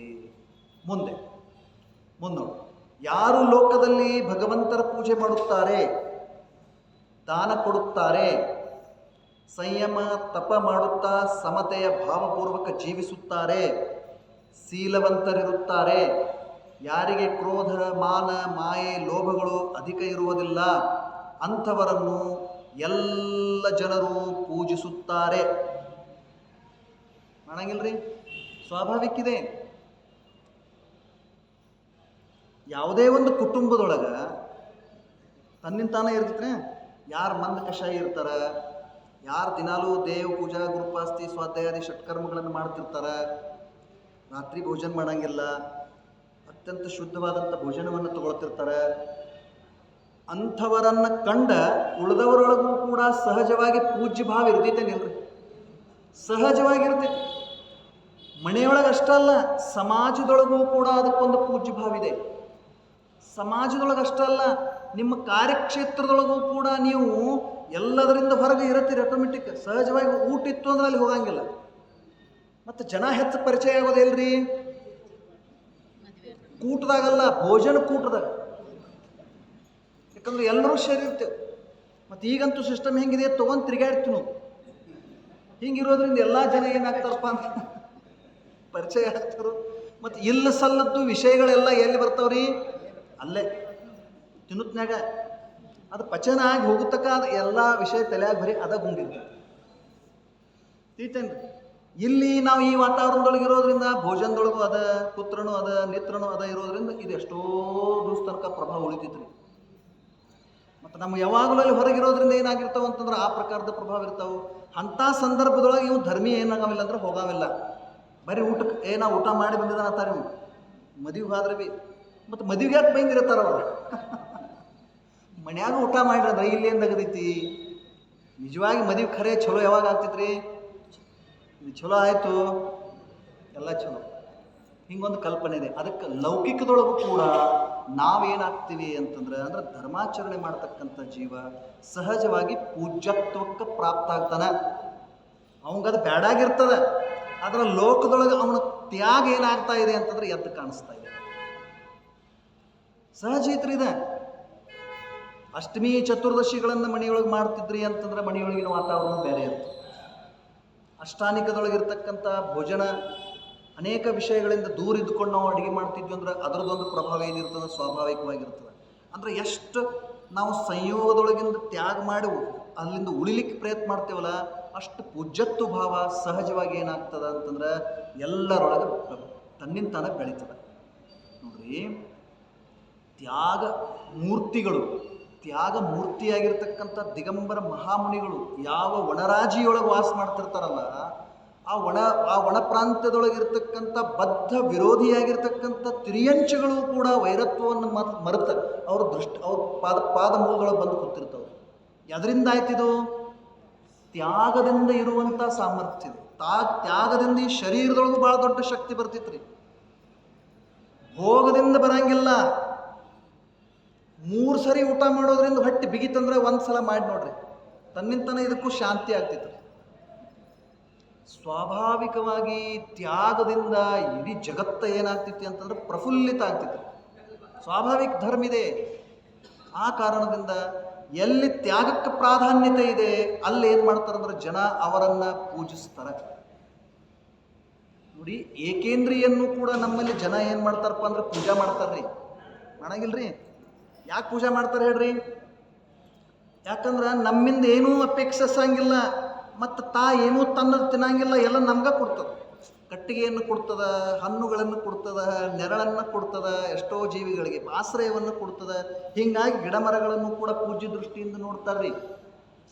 ಅದಕ್ಕೆ ನಾವು ಸ್ವಾಮೀಜಿಯವರನ್ನು ನೋಡಿದೀವಿ ಅಂತಂದ್ರೆ ಅವ್ರದ್ದು ಪ್ರವೃತ್ತಿ ಅಂತೂ ಎಷ್ಟು ಪವಿತ್ರ ಇತ್ತು ಅಂತಂದ್ರೆ, ಏಕೇಂದ್ರಿಯ ಮೇ ಬಿ ಭಗವಾನ್ ಆತ್ಮ ಕೋ ದೇಖ್ನೆ ವಾಲೆ ಕೋಯಿ ಗುರು ಹೇ तो ಮಾತ್ರ ಹಮಾರೆ ಸ್ವಾಮೀಜಿ. ಏಕೇಂದ್ರಿಯ ಒಳಗೂ ಕೂಡ ಭಗವಾನ್ ಆತ್ಮನ ಕಾಣಿಸೋದ್ರಿ ಅವರಿಗೆ. ಎಷ್ಟು ಪವಿತ್ರವಾಗಿರ್ತಕ್ಕಂಥ ದೃಷ್ಟಿ ಅವ್ರದ್ದು ಬಂದಿರಬೇಕು ಅನ್ನುವಂಥದ್ದನ್ನು ನೋಡಬೇಕು. ಅಂದ್ರೆ ತ್ಯಾಗದಿಂದ ಏನಿದೆ ಅಂತಂದ್ರೆ ಸರ್ವಶ್ರೇಷ್ಠತ್ವ ತನ್ನಿಂತಾನೆ ಏನಾಗ್ತದೆ ಅಂತಂದ್ರೆ ಪ್ರಾಪ್ತ ಆಗ್ತದೆ. ಮತ್ತು ತ್ಯಾಗಿಗಳ ಹತ್ರ ಯಾವ ಪರಿಗ್ರಹನೂ ಇರಂಗಿಲ್ಲ. ಅದಕ್ಕೆ ಇಡೀ ಜಗತ್ತಲ್ಲಿ ಬಂದು ಏನಾಗ್ತದೆ ಅಂತ ತಲೆಬಾಗ್ತದೆ. ಪರಿಗ್ರಹಧಾರಿಗಳಿಗೆ ಯಾರೂ ತಲೆಬಾಗುವುದಿಲ್ಲ. ಆದರೆ ನಿಷ್ಪರಿಗ್ರಹಿಗಳು ಯಾರು ಇರ್ತಾರಲ್ಲ ಅವ್ರಿಗೆ ಇಡೀ ಜಗತ್ತೇನಾಗಿರ್ತದೆ ಅಂತಂದ್ರೆ ಬಂದು ತಲೆಬಾಗ್ತದೆ. ಅದಕ್ಕೆ ದಾನ ಕೊಡುತ್ತಾರೆ, ಸಂಯಮ ತಪ ಮಾಡುತ್ತಾ ಸಮತೆಯ ಭಾವಪೂರ್ವಕವಾಗಿ ಜೀವಿಸುತ್ತಾರೆ, ಶೀಲವಂತರಿರುತ್ತಾರೆ, ಯಾರಿಗೆ ಕ್ರೋಧಮಾನ ಮಾಯ ಲೋಭಗಳು ಅಧಿಕವಿರುವುದಿಲ್ಲ, ಅಂಥವರನ್ನು ಎಲ್ಲ ಜನರು ಪೂಜಿಸುತ್ತಾರೆ, ಒಳ್ಳೆಯವರೆಂದು ತಿಳಿದು ಪ್ರಶಂಸೆ ಮಾಡುತ್ತಾರೆ. ಯಾವನು ಪ್ರಭುವಿನ ಪೂಜೆ ಸ್ತುತಿ ಮಾಡುತ್ತಾನೆ ಅವನನ್ನು ಕಂಡು ಜನರು ಇವನು ಧನ್ಯನಿದ್ದಾನೆ. ಅಂಥ ಪೂಜ್ಯತ್ವಕ್ಕೆ ಪ್ರಾಪ್ತ ಆಗಿರ್ತಕ್ಕಂಥ ಜಿನೇಂದ್ರ ಭಗವಂತರ ಪೂಜೆಯನ್ನು ಮಾಡೋದ, ಭಕ್ತಿಯನ್ನು ಮಾಡೋದ, ಅದರೊಳಗನೆ ಇರೋದ, ಪೂಜೆ ಸ್ತುತಿಗಳನ್ನು ಮಾಡೋದ, ಇವುಗಳನ್ನೆಲ್ಲ ನೋಡಿ ಆ ವ್ಯಕ್ತಿಯನ್ನ ನೋಡಿ ಜನರೇನಂತಾರಪ್ಪ ಅಂತಂದ್ರೆ ಇವ ಧನ್ಯಿದ್ದಾನ, ನಿಜವಾದ ಭಕ್ತನಿದ್ದಾನೆ, ಇವನ ಮನಸ್ಸಿನಲ್ಲಿ ಯಾವಾಗಲೂ ಭಗವಂತನ ಭಕ್ತಿ ಪೂಜೆ ಮಹಿಮೆ ಇದೆ ಎಂದು ಹೇಳುತ್ತಾ ಆತನ ಗುಣಸ್ತುತಿ ಮಾಡುತ್ತಾರೆ. ಇದನ್ನು ನಾವು ಲೋಕದೊಳಗೆ ಏನು ಮಾಡ್ತೀವಿ ಅಂತಂದ್ರೆ ನೋಡ್ತೀವಿ, ನಾವೇ ಹೇಳ್ತಿರ್ತೀವಿ, ಆ ಮನುಷ್ಯ ಭಾಳ ಒಳ್ಳೆಯವ, ದಿನಾಲು 2-3 ಸಾರಿ ಬಸ್ತಿಗೆ ಹೋಗ್ತಾನೆ, ಪ್ರವಚನಾದಿಗಳನ್ನು ಮಾಡ್ತಾರೆ, ಆಮೇಲೆ ಎಲ್ಲ ಕಾರ್ಯಗಳನ್ನು ಮಾಡ್ತಾನೆ, ದಾನಾದಿಗಳನ್ನು ಮಾಡ್ತಾನೆ. ಇವುಗಳನ್ನೆಲ್ಲ ನೋಡಿ ಅವನಿಗೂ ಕೂಡ ಒಂದು ಸ್ತುತಿ, ಅವನ ಪ್ರಶಂಸೆಯನ್ನು ಕೂಡ ನಾವು ಮಾಡ್ತಿರ್ತೀವಿ. ಮುಂದೆ ಯಾವನೋ ಧರ್ಮಾತ್ಮನಿಗೆ ದಾನ ಕೊಡುವುದನ್ನು ನೋಡಿ, ಯಾವುದೋ ಧರ್ಮಾತ್ಮನಿಗೆ ದಾನ ಮಾಡ್ತಾ ಇರುವಂಥದ್ದನ್ನು ನೋಡಿ ಜನರು ಇವನು ಧನ್ಯನಿದ್ದಾನೆ, ದಯಾಗುಣ ಸಂಪನ್ನನಿದ್ದಾನೆ, ದೀನ ಜನರಿಗೆ ಬಹಳಷ್ಟು ದಾನ ಕೊಡುತ್ತಾನೆ, ಎಲ್ಲರ ರಕ್ಷಣೆ ಭಾವವು ಇವನಿಗಿದೆ ಎನ್ನುತ್ತಾರೆ. ಲೋಕದೊಳಗೆ ಈ ರೀತಿ ಐತನಿಲ್ರಿ. ಸ್ವಾಭಾವಿಕವಾಗಿ ಕರುಣೆಯಿಂದ ನಾವು ಯಾರಿಗಾದರೂ ಒಂದಿಷ್ಟು ಸಹಾಯ ಮಾಡಿದೀವಿ ಅಂತಂದ್ರೆ ಅದು ಎಲ್ಲರೊಳಗೆ ಏನಾಗ್ತಾ ಇದೆ ಅಂತಂದ್ರೆ ಎದ್ದು ಕಾಣಿಸ್ತಾ ಇದೆ. ಅದಕ್ಕೆ ಅದರ ಪ್ರಶಂಸೆಯನ್ನು ಕೂಡ ನಾವೇನು ಮಾಡ್ತೀವಿ ಅಂತಂದ್ರೆ ಲೋಕದೊಳಗೆ ಮಾಡ್ತಿರ್ತೇವೆ. ಇದೆಲ್ಲದರಿಂದ ಏನು ಹೇಳಬೇಕಾಗಿದೆ ಪಂಡಿತ್ಜಿಗಿ? ಲೋಕದೊಳಗೆ ಈ ಎಲ್ಲ ಸತ್ ಪ್ರವೃತ್ತಿಗಳೇನಿದ್ದಾವಲ್ಲ ಇವೆಲ್ಲ ಮಾನ್ಯದವ, ಜಗತ್ತ ಮಾನಿಸ್ತದ. ನಾವು ಜೈನರಂತೂ ಮಾನಿಸ್ತೀವಿ, ಇದರೊಳಗೇನು ಸಂಶಯನೇ ಇಲ್ಲ. ಆದ್ರೆ ಜಗತ್ತು ಕೂಡ ಇವುಗಳಿಗೆ ಒಳ್ಳೆಯದಂತದಲ್ಲ. ಆ ಮಾತನ್ನು ಏನು ಮಾಡ್ತಾ ಇದ್ದಾರೆ ಅಂದ್ರೆ ಹೇಳ್ತಾ ಇದ್ದಾರೆ. ಯಾಕೆ ಸುಧರ್ಮ ನಮ್ಮದ ಅನ್ನೋದಕ್ಕೆ ಲೌಕಿಕ ಪ್ರಮಾಣ ಇದು ಒಂದೇತ್ತು. ಇನ್ನು ಮುಂದೆ ಹೇಳೋದ್ರಿ ಉಳಿದದ್ದು ಪ್ರಮಾಣಗಳನ್ನು. ಮುಂದೆ ಇನ್ನು ಮುಂದಿನ ನೋಡ್ರಿ ಎಷ್ಟು ಚಂದಿದೆ. ಉಪವಾಸ ಮೊದಲಾಗಿ ಅನೇಕ ಪ್ರಕಾರದ ತಪಸಂಯಮದ ಆಚರಣೆ ಮಾಡುತ್ತಿರುವ ತಪಸ್ವಿಯನ್ನು ಕಂಡು ಹರುಷದಿಂದ ಇವನು ತಪಸ್ವಿ ಇದ್ದಾನೆ, ಮಹಾ ಸಂಯಮಿ ಇದ್ದಾನೆ, ಪೂಜ್ಯನಿದ್ದಾನೆ ಎಂದು ಹೇಳುತ್ತಾ ಎಲ್ಲರೂ ಅವನನ್ನು ಶ್ರೇಷ್ಠನೆಂದು ತಿಳಿದು ಪೂಜಿಸುತ್ತಾರೆ. ಇದು ಸ್ವಾಭಾವಿಕ ಇದೆ ನೋಡಿ. 10 ಉಪವಾಸ ಮಾಡಿದ್ರು, 11 ಉಪವಾಸ ಮಾಡಿದ್ರು, ಅಥವಾ ಅದು ಕೆಲವೊಂದು ಹಳೆ ಆಚಾರ್ಯರೆಲ್ಲ ಏನು ಮಾಡ್ತಿದ್ರು ಅಂದ್ರೆ ಸಿಂಹ ನಿಷ್ಕ್ರೀಡಿ ತಗೊಳ್ತ ಅಂದ್ರೆ ಒಂದು ವಾರದೊಳಗೆ 1 ದಿವಸ ಆಹಾರ ತಗೊಳ್ಳೋದು, ಮತ್ತೊಂದು ವಾರ ಬಿಡೋದು. ಅದು ಇಳಿಕೆ ಕ್ರಮದೊಳಗೆ ಏನಾಗ್ತಿರ್ತದ ಅಂತಂದ್ರೆ ಅದು ನಡೀತಿರ್ತೈತ್ರಿ. ಸಿಂಹ ನಿಷ್ಕ್ರೀಡಿತ ಅಂತ ತಿಳ್ಕೊಂಡು ಕರೀತಾರೆ. ಸಿಂಹ ಹೆಂಗೆ ಕ್ರೀಡೆ ಮಾಡ್ತಿರ್ತೈತಲ್ಲ ಅದ್ರ ನಡವಳಿಕೆ ಹೆಂಗಿರ್ತೈತಲ್ಲ ಆ ರೀತಿಯಾಗಿರ್ತಕ್ಕಂಥ ಉಪವಾಸದ ಕ್ರಮ ಇರ್ತೈತ್ರಿ. ಅದು ಆ ಕ್ರಮದಿಂದ ಅದನ್ನು ಪೂರ್ಣ ಮಾಡಿ 80 ದಿವಸದೊಳಗೆ 20 ಆಹಾರ ಆಗ್ತಾವ್ರಿ, 60 ಉಪವಾಸ ಆಗ್ತಾವ. ಅಂಥ ಎಲ್ಲ ಪ್ರವೃತ್ತಿಗಳನ್ನು ಕೂಡ ಲೋಕ ಏನು ಮಾಡ್ತಾ ಇದೆ ಅಂತಂದ್ರೆ ಅತ್ಯಂತ ಗೌರವಿಸ್ತಾ ಇದೆ, ಅತ್ಯಂತ ಪ್ರೀತಿಯಿಂದ ಅವರನ್ನು ಪೂಜಿಸ್ತಾ ಇದೆ. ಹರ್ಷಭಾವ ಬರ್ತಿತ್ರಿ, ಬರುದಿಲ್ರಿ? ಯಾರೋ ಮಹಾ ತಪಸ್ವಿಗಳು ತ್ಯಾಗಿಗಳು ನಮ್ಮ ಊರ ಮೇಗಿಂದ ಹೋಗ್ತಾರಂತಂದ್ರೂ ಕೂಡ ಒಂದು ರೀತಿ ಗೌರವದ ಭಾವ ಇತ್ತು. ಎದಕ್ಕೆ ಪೂಜ್ಯತ್ವ ಭಾವ ಬಂತು? ತ್ಯಾಗ ಏನಿದೆ ಅವರಲ್ಲಿರ್ತಕ್ಕಂಥ ತಪಸ್ಸೇನಿದೆ, ಅವರಲ್ಲಿರ್ತಕ್ಕಂಥ ಸಂಯಮ ಏನಿದೆ, ಅದಕ್ಕೇನಿದೆ ಅಂತಂದ್ರೆ ಅದು ಅಷ್ಟು ಮಹತ್ವಿದೆ. ತಿಳಿತೀನಿಲ್ರಿ? ಕುಂದ ಆಚಾರ್ಯರು ನಡೆದಾಡಿ ಹೋಗಿರ್ತಕ್ಕಂಥ ಭೂಮಿ ಮೇಲೆ ಹೋದ ಕೂಡಲೇ ನಮಗೆ ಎಷ್ಟು ಪ್ರಸನ್ನತೆ ಆಗ್ತಾ ಇದೆ. ಹೊನ್ನೂರು ಮಲೆಗೆ ಹೋಗ್ಲಿ, ಕುಂದಾದ್ರಿ ಬೆಟ್ಟಕ್ಕೆ ಹೋಗ್ಲಿ, ಅಥವಾ ಕುಂದ ಅಲ್ಲಿ ಶಿಬಿರಿಗಿತ್ತರಲ್ಲ ಒಂದು ಅದು ಯಾವ ಮಿಲ್ ಇತ್ತು ಅಂದ್ರೆ ಶೇಂಗಾದ ಮಿಲ್ ಇತ್ತು ರೀ. ಶೇಂಗಾದ ಮಿಲ್ಲಿ ನಾವು ಏನು ಮಾಡಿದ್ದ ಅಂತಂದ್ರೆ ಜಾಗ ಕೊಟ್ಟಿದ್ದ ಫ್ರೀಯಾಗಿ. ಅವಂಗೇನಿಲ್ಲ ಅಂತಂದ್ರೆ ಇದ್ರ ಬಗ್ಗೆ ಏನು ಮಾಹಿತಿ ಇರಲಿಲ್ಲ. ಆದರೂ ಕೂಡ ಇಂಥದ್ದೊಂದು ನಮ್ಮ ಊರೊಳಗೆ ಹುಟ್ಟಿರ್ತಕ್ಕಂಥ ಒಬ್ಬ ಜೀವಿ ಕುಂದ ಆಚಾರ್ಯ ಅನ್ನೋರಾಗಿ ಹೋಗಿದ್ದಾರೆ. ಅವ್ರ ಸಲುವಾಗಿ ಅವ್ರದ್ದು ಸಾಹಿತ್ಯದ ಒಂದು ಅಧ್ಯಯನ ನಮ್ಮ ಜಾಗದಾಗ ನಡೀತಿದ್ರು, ಅವಶ್ಯ ಮಾಡ್ರಿ ಅಂತ ಹೇಳ್ಕೊಂಡು ಏನು ಮಾಡಿದ್ರು ಅಂದ್ರೆ ಅವಕಾಶ ಮಾಡಿಕೊಟ್ಟಿದ್ರಿ. ಅಲ್ಲಿ ಇಂಥದ್ದೇನು ವ್ಯವಸ್ಥೆ ಇರಲಿಲ್ಲ. ಎಲ್ಲರೂ ಟೆಂಟ್ದೊಳಗೆ ಅಲ್ಲೇ ಮಲ್ಕೊತಿದ್ದು ರೀ. ಹೊಲ್ದಾನಾಗ ಅಲ್ಲೆಲ್ಲ ಸೂರ್ಯಕಾಂತಿ ಏನಿತ್ತು ಅಂದ್ರೆ ಬೆಳೆ ಇತ್ತು, ತಿಳಿತಿಲ್ರಿ? ಅಂಥ ಒಂದು ಇದ್ರೊಳಗೆ ಅಂದ್ರೆ ಇದ್ರ ಅರ್ಥ ಏನಂದ್ರೆ ಎಲ್ಲಿ ತ್ಯಾಗಿದೆ ಅಲ್ಲಿ ಪೂಜ್ಯ ಭಾವಿದೆ, ಎಲ್ಲಿ ಸಂಯಮ ಇದೆ ಅಲ್ಲಿ ಪೂಜ್ಯ ಭಾವಿದೆ, ಸ್ವಾಭಾವಿಕ ಇದೆ. ಅದಕ್ಕೆ ಸಂಯಮದೊಳಗೆ ಇಂದ್ರಿಯ ಸಂಯಮ, ಪ್ರಾಣಿ ಸಂಯಮಗಳನ್ನೆಲ್ಲ ಹೇಳಿದರು. ಇಂದ್ರಿಯ ಸಂಯಮ ಅಂತೂ ವೈಯಕ್ತಿಕ ಇದೆ ಅವಂದ. ಪ್ರಾಣಿ ಸಂಯಮ ಇದೆ, ಜಗತ್ತಿನ ಮೇಲೆ ಏನಿದೆ ಅಂತ ಮಹಾನ್ ಉಪಕಾರ ಮಾಡ್ತಕ್ಕಂಥ ಪ್ರವೃತ್ತಿ ಇದೆ ರೀ. ತೀತನಿಲ್ರಿ? ಅದಕ್ಕೆ ಷಟ್ಕಾಯ ಜೀವಿಗಳ ಮೇಲೆ ರಕ್ಷಣೆ ಮಾಡ್ತಕ್ಕಂಥ ಷಟ್ಕಾಯ ಜೀವಿಗಳ ರಕ್ಷಣೆಯ ಭಾವನೆ ಯಾರೊಳಗಿದೆ ಅವರೆಲ್ಲರೂ ಏನಿದ್ದಾರಪ್ಪ ಅಂತಂದ್ರೆ ಪೂಜ್ಯತ್ವಕ್ಕೆ ಪ್ರಾಪ್ತ ಆಗ್ತಾರೆ. ಅದಕ್ಕೆ ಇಲ್ಲಿ ಏನು ಹೇಳ್ತಾ ಇದ್ದಾರೆ ಅಂತಂದ್ರೆ ಇದೆಲ್ಲವನ್ನ ನೋಡಿದಾಗ ಸಂಯಮದ ಆಚರಣೆ ಮಾಡ್ತಾ ಇರುವಂಥ ತಪಸ್ವಿಯನ್ನು ಕಂಡು ಹರುಷದಿಂದ ಇವನು ತಪಸ್ವಿ ಇದ್ದಾನೆ, ಮಹಾಸಂಯಮಿ ಇದ್ದಾನೆ, ಪೂಜ್ಯನಿದ್ದಾನೆ ಎಂದು ಹೇಳುತ್ತಾ ಅವನನ್ನು ಶ್ರೇಷ್ಠನೆಂದು ತಿಳಿದು ಪೂಜಿಸುತ್ತಾರೆ. ಇಂದಿಗೂ ಕೂಡ ಕುಂದ್ರದ್ದೇನಿದೆ ಅಂತಂದ್ರೆ ಪ್ರಭಾವ ಆ ಒಂದು ಕ್ಷೇತ್ರದೊಳಗೆ ಏನಾಗಿದೆ ಅಂತಂದ್ರೆ ಮಹಾಪುರುಷರೆಲ್ಲರೂ ಕೂಡ ಅವರನ್ನು ನಂಬ್ತಾರೆ. ಜೈನರು ಕೂಡ ಅವ್ರ ಬಗ್ಗೆ ಅಪಾರವಾದಂಥ ಭಕ್ತಿಯನ್ನು ಇಟ್ಕೊಂಡಿದ್ದಾರೆ. ಕುಂದದೊಳಗೆ ಅಲ್ಲಂತೂ ಮ್ಯಾಲೊಂದು ಸಣ್ಣ ಬೆಟ್ಟಿದೆ, ಆ ಬೆಟ್ಟದ ಮೇಲೊಂದು ವಿಗ್ರಹ ಇತ್ತು, ಜೈನ ಮೂರ್ತಿ. ಅದನ್ನ ಅವ್ರು ತಮ್ಮ ದೇವತಾ ಅಂತ ತಿಳ್ಕೊಂಡು ಎಲ್ಲ ಏನೇನೋ ಹಚ್ಚಿ ಅದನ್ನ ಏನು ಮಾಡ್ತಿದ್ರು ಅಂದ್ರೆ ಪೂಜೆ ಮಾಡ್ತಿದ್ರು. ವಿಭೂತಿ ಎಲ್ಲ ಹಚ್ಚಿ ಅಲ್ಲಿ ಅದನ್ನ ಪೂಜೆ ಮಾಡ್ತಿದ್ರು.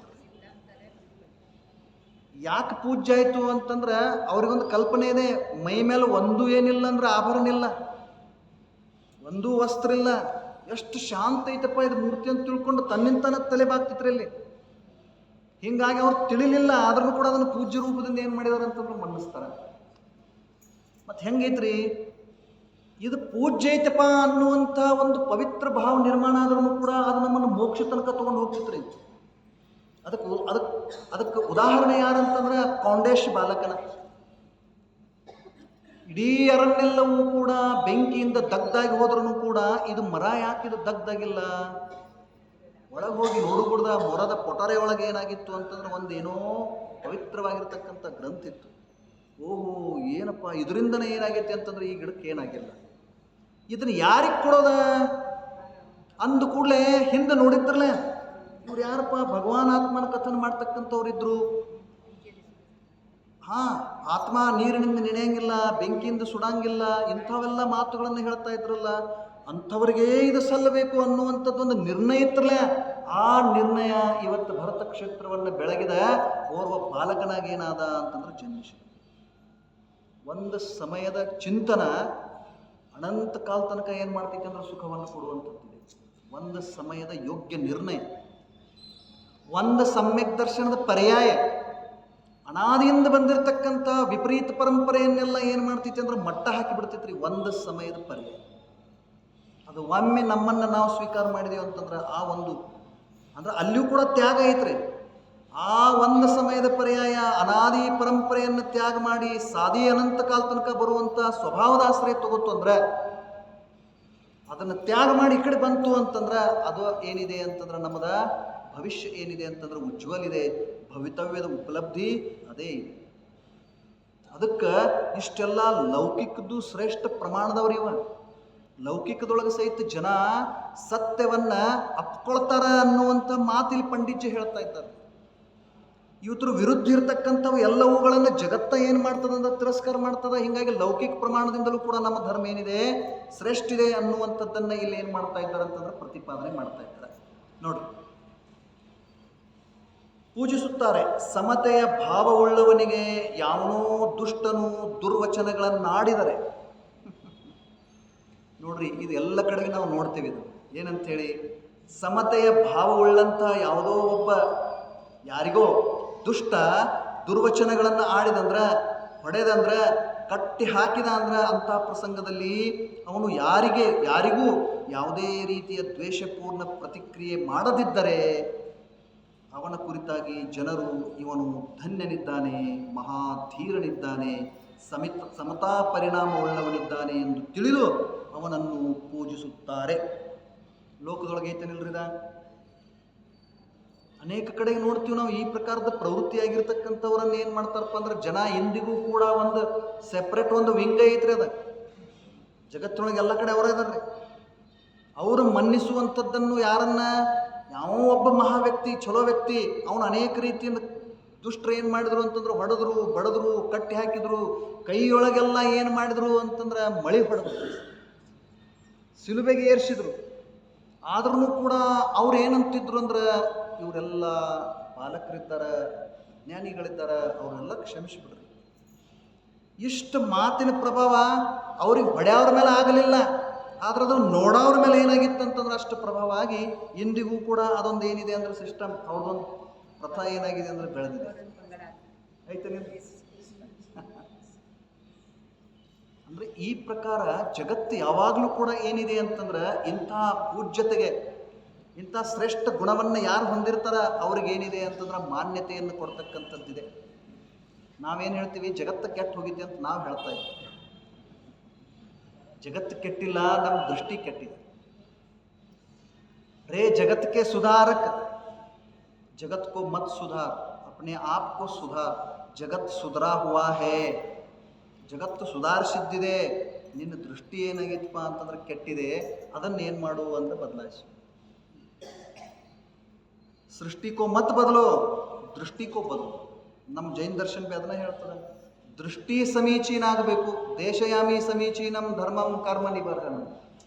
ಅಂದ್ರೆ ಸಮೀಚೀನವಾಗಿರ್ತಕ್ಕಂಥ ಧರ್ಮವನ್ನು ಹೇಳ್ತೀನಿ. ಆ ಧರ್ಮ ನಮ್ಮನ್ನು ಏನು ಮಾಡ್ತಂದ್ರೆ ಕಷ್ಟಗಳಿಂದ ಮ್ಯಾಲಕ್ಕೆತ್ತದ ಅಂತ ತಿಳ್ಕೊಂಡು ಸಮಂತಭದ್ರ ಸ್ವಾಮಿ ಹೇಳಿ ಹೋಗಿರ್ತ ಮಾತು.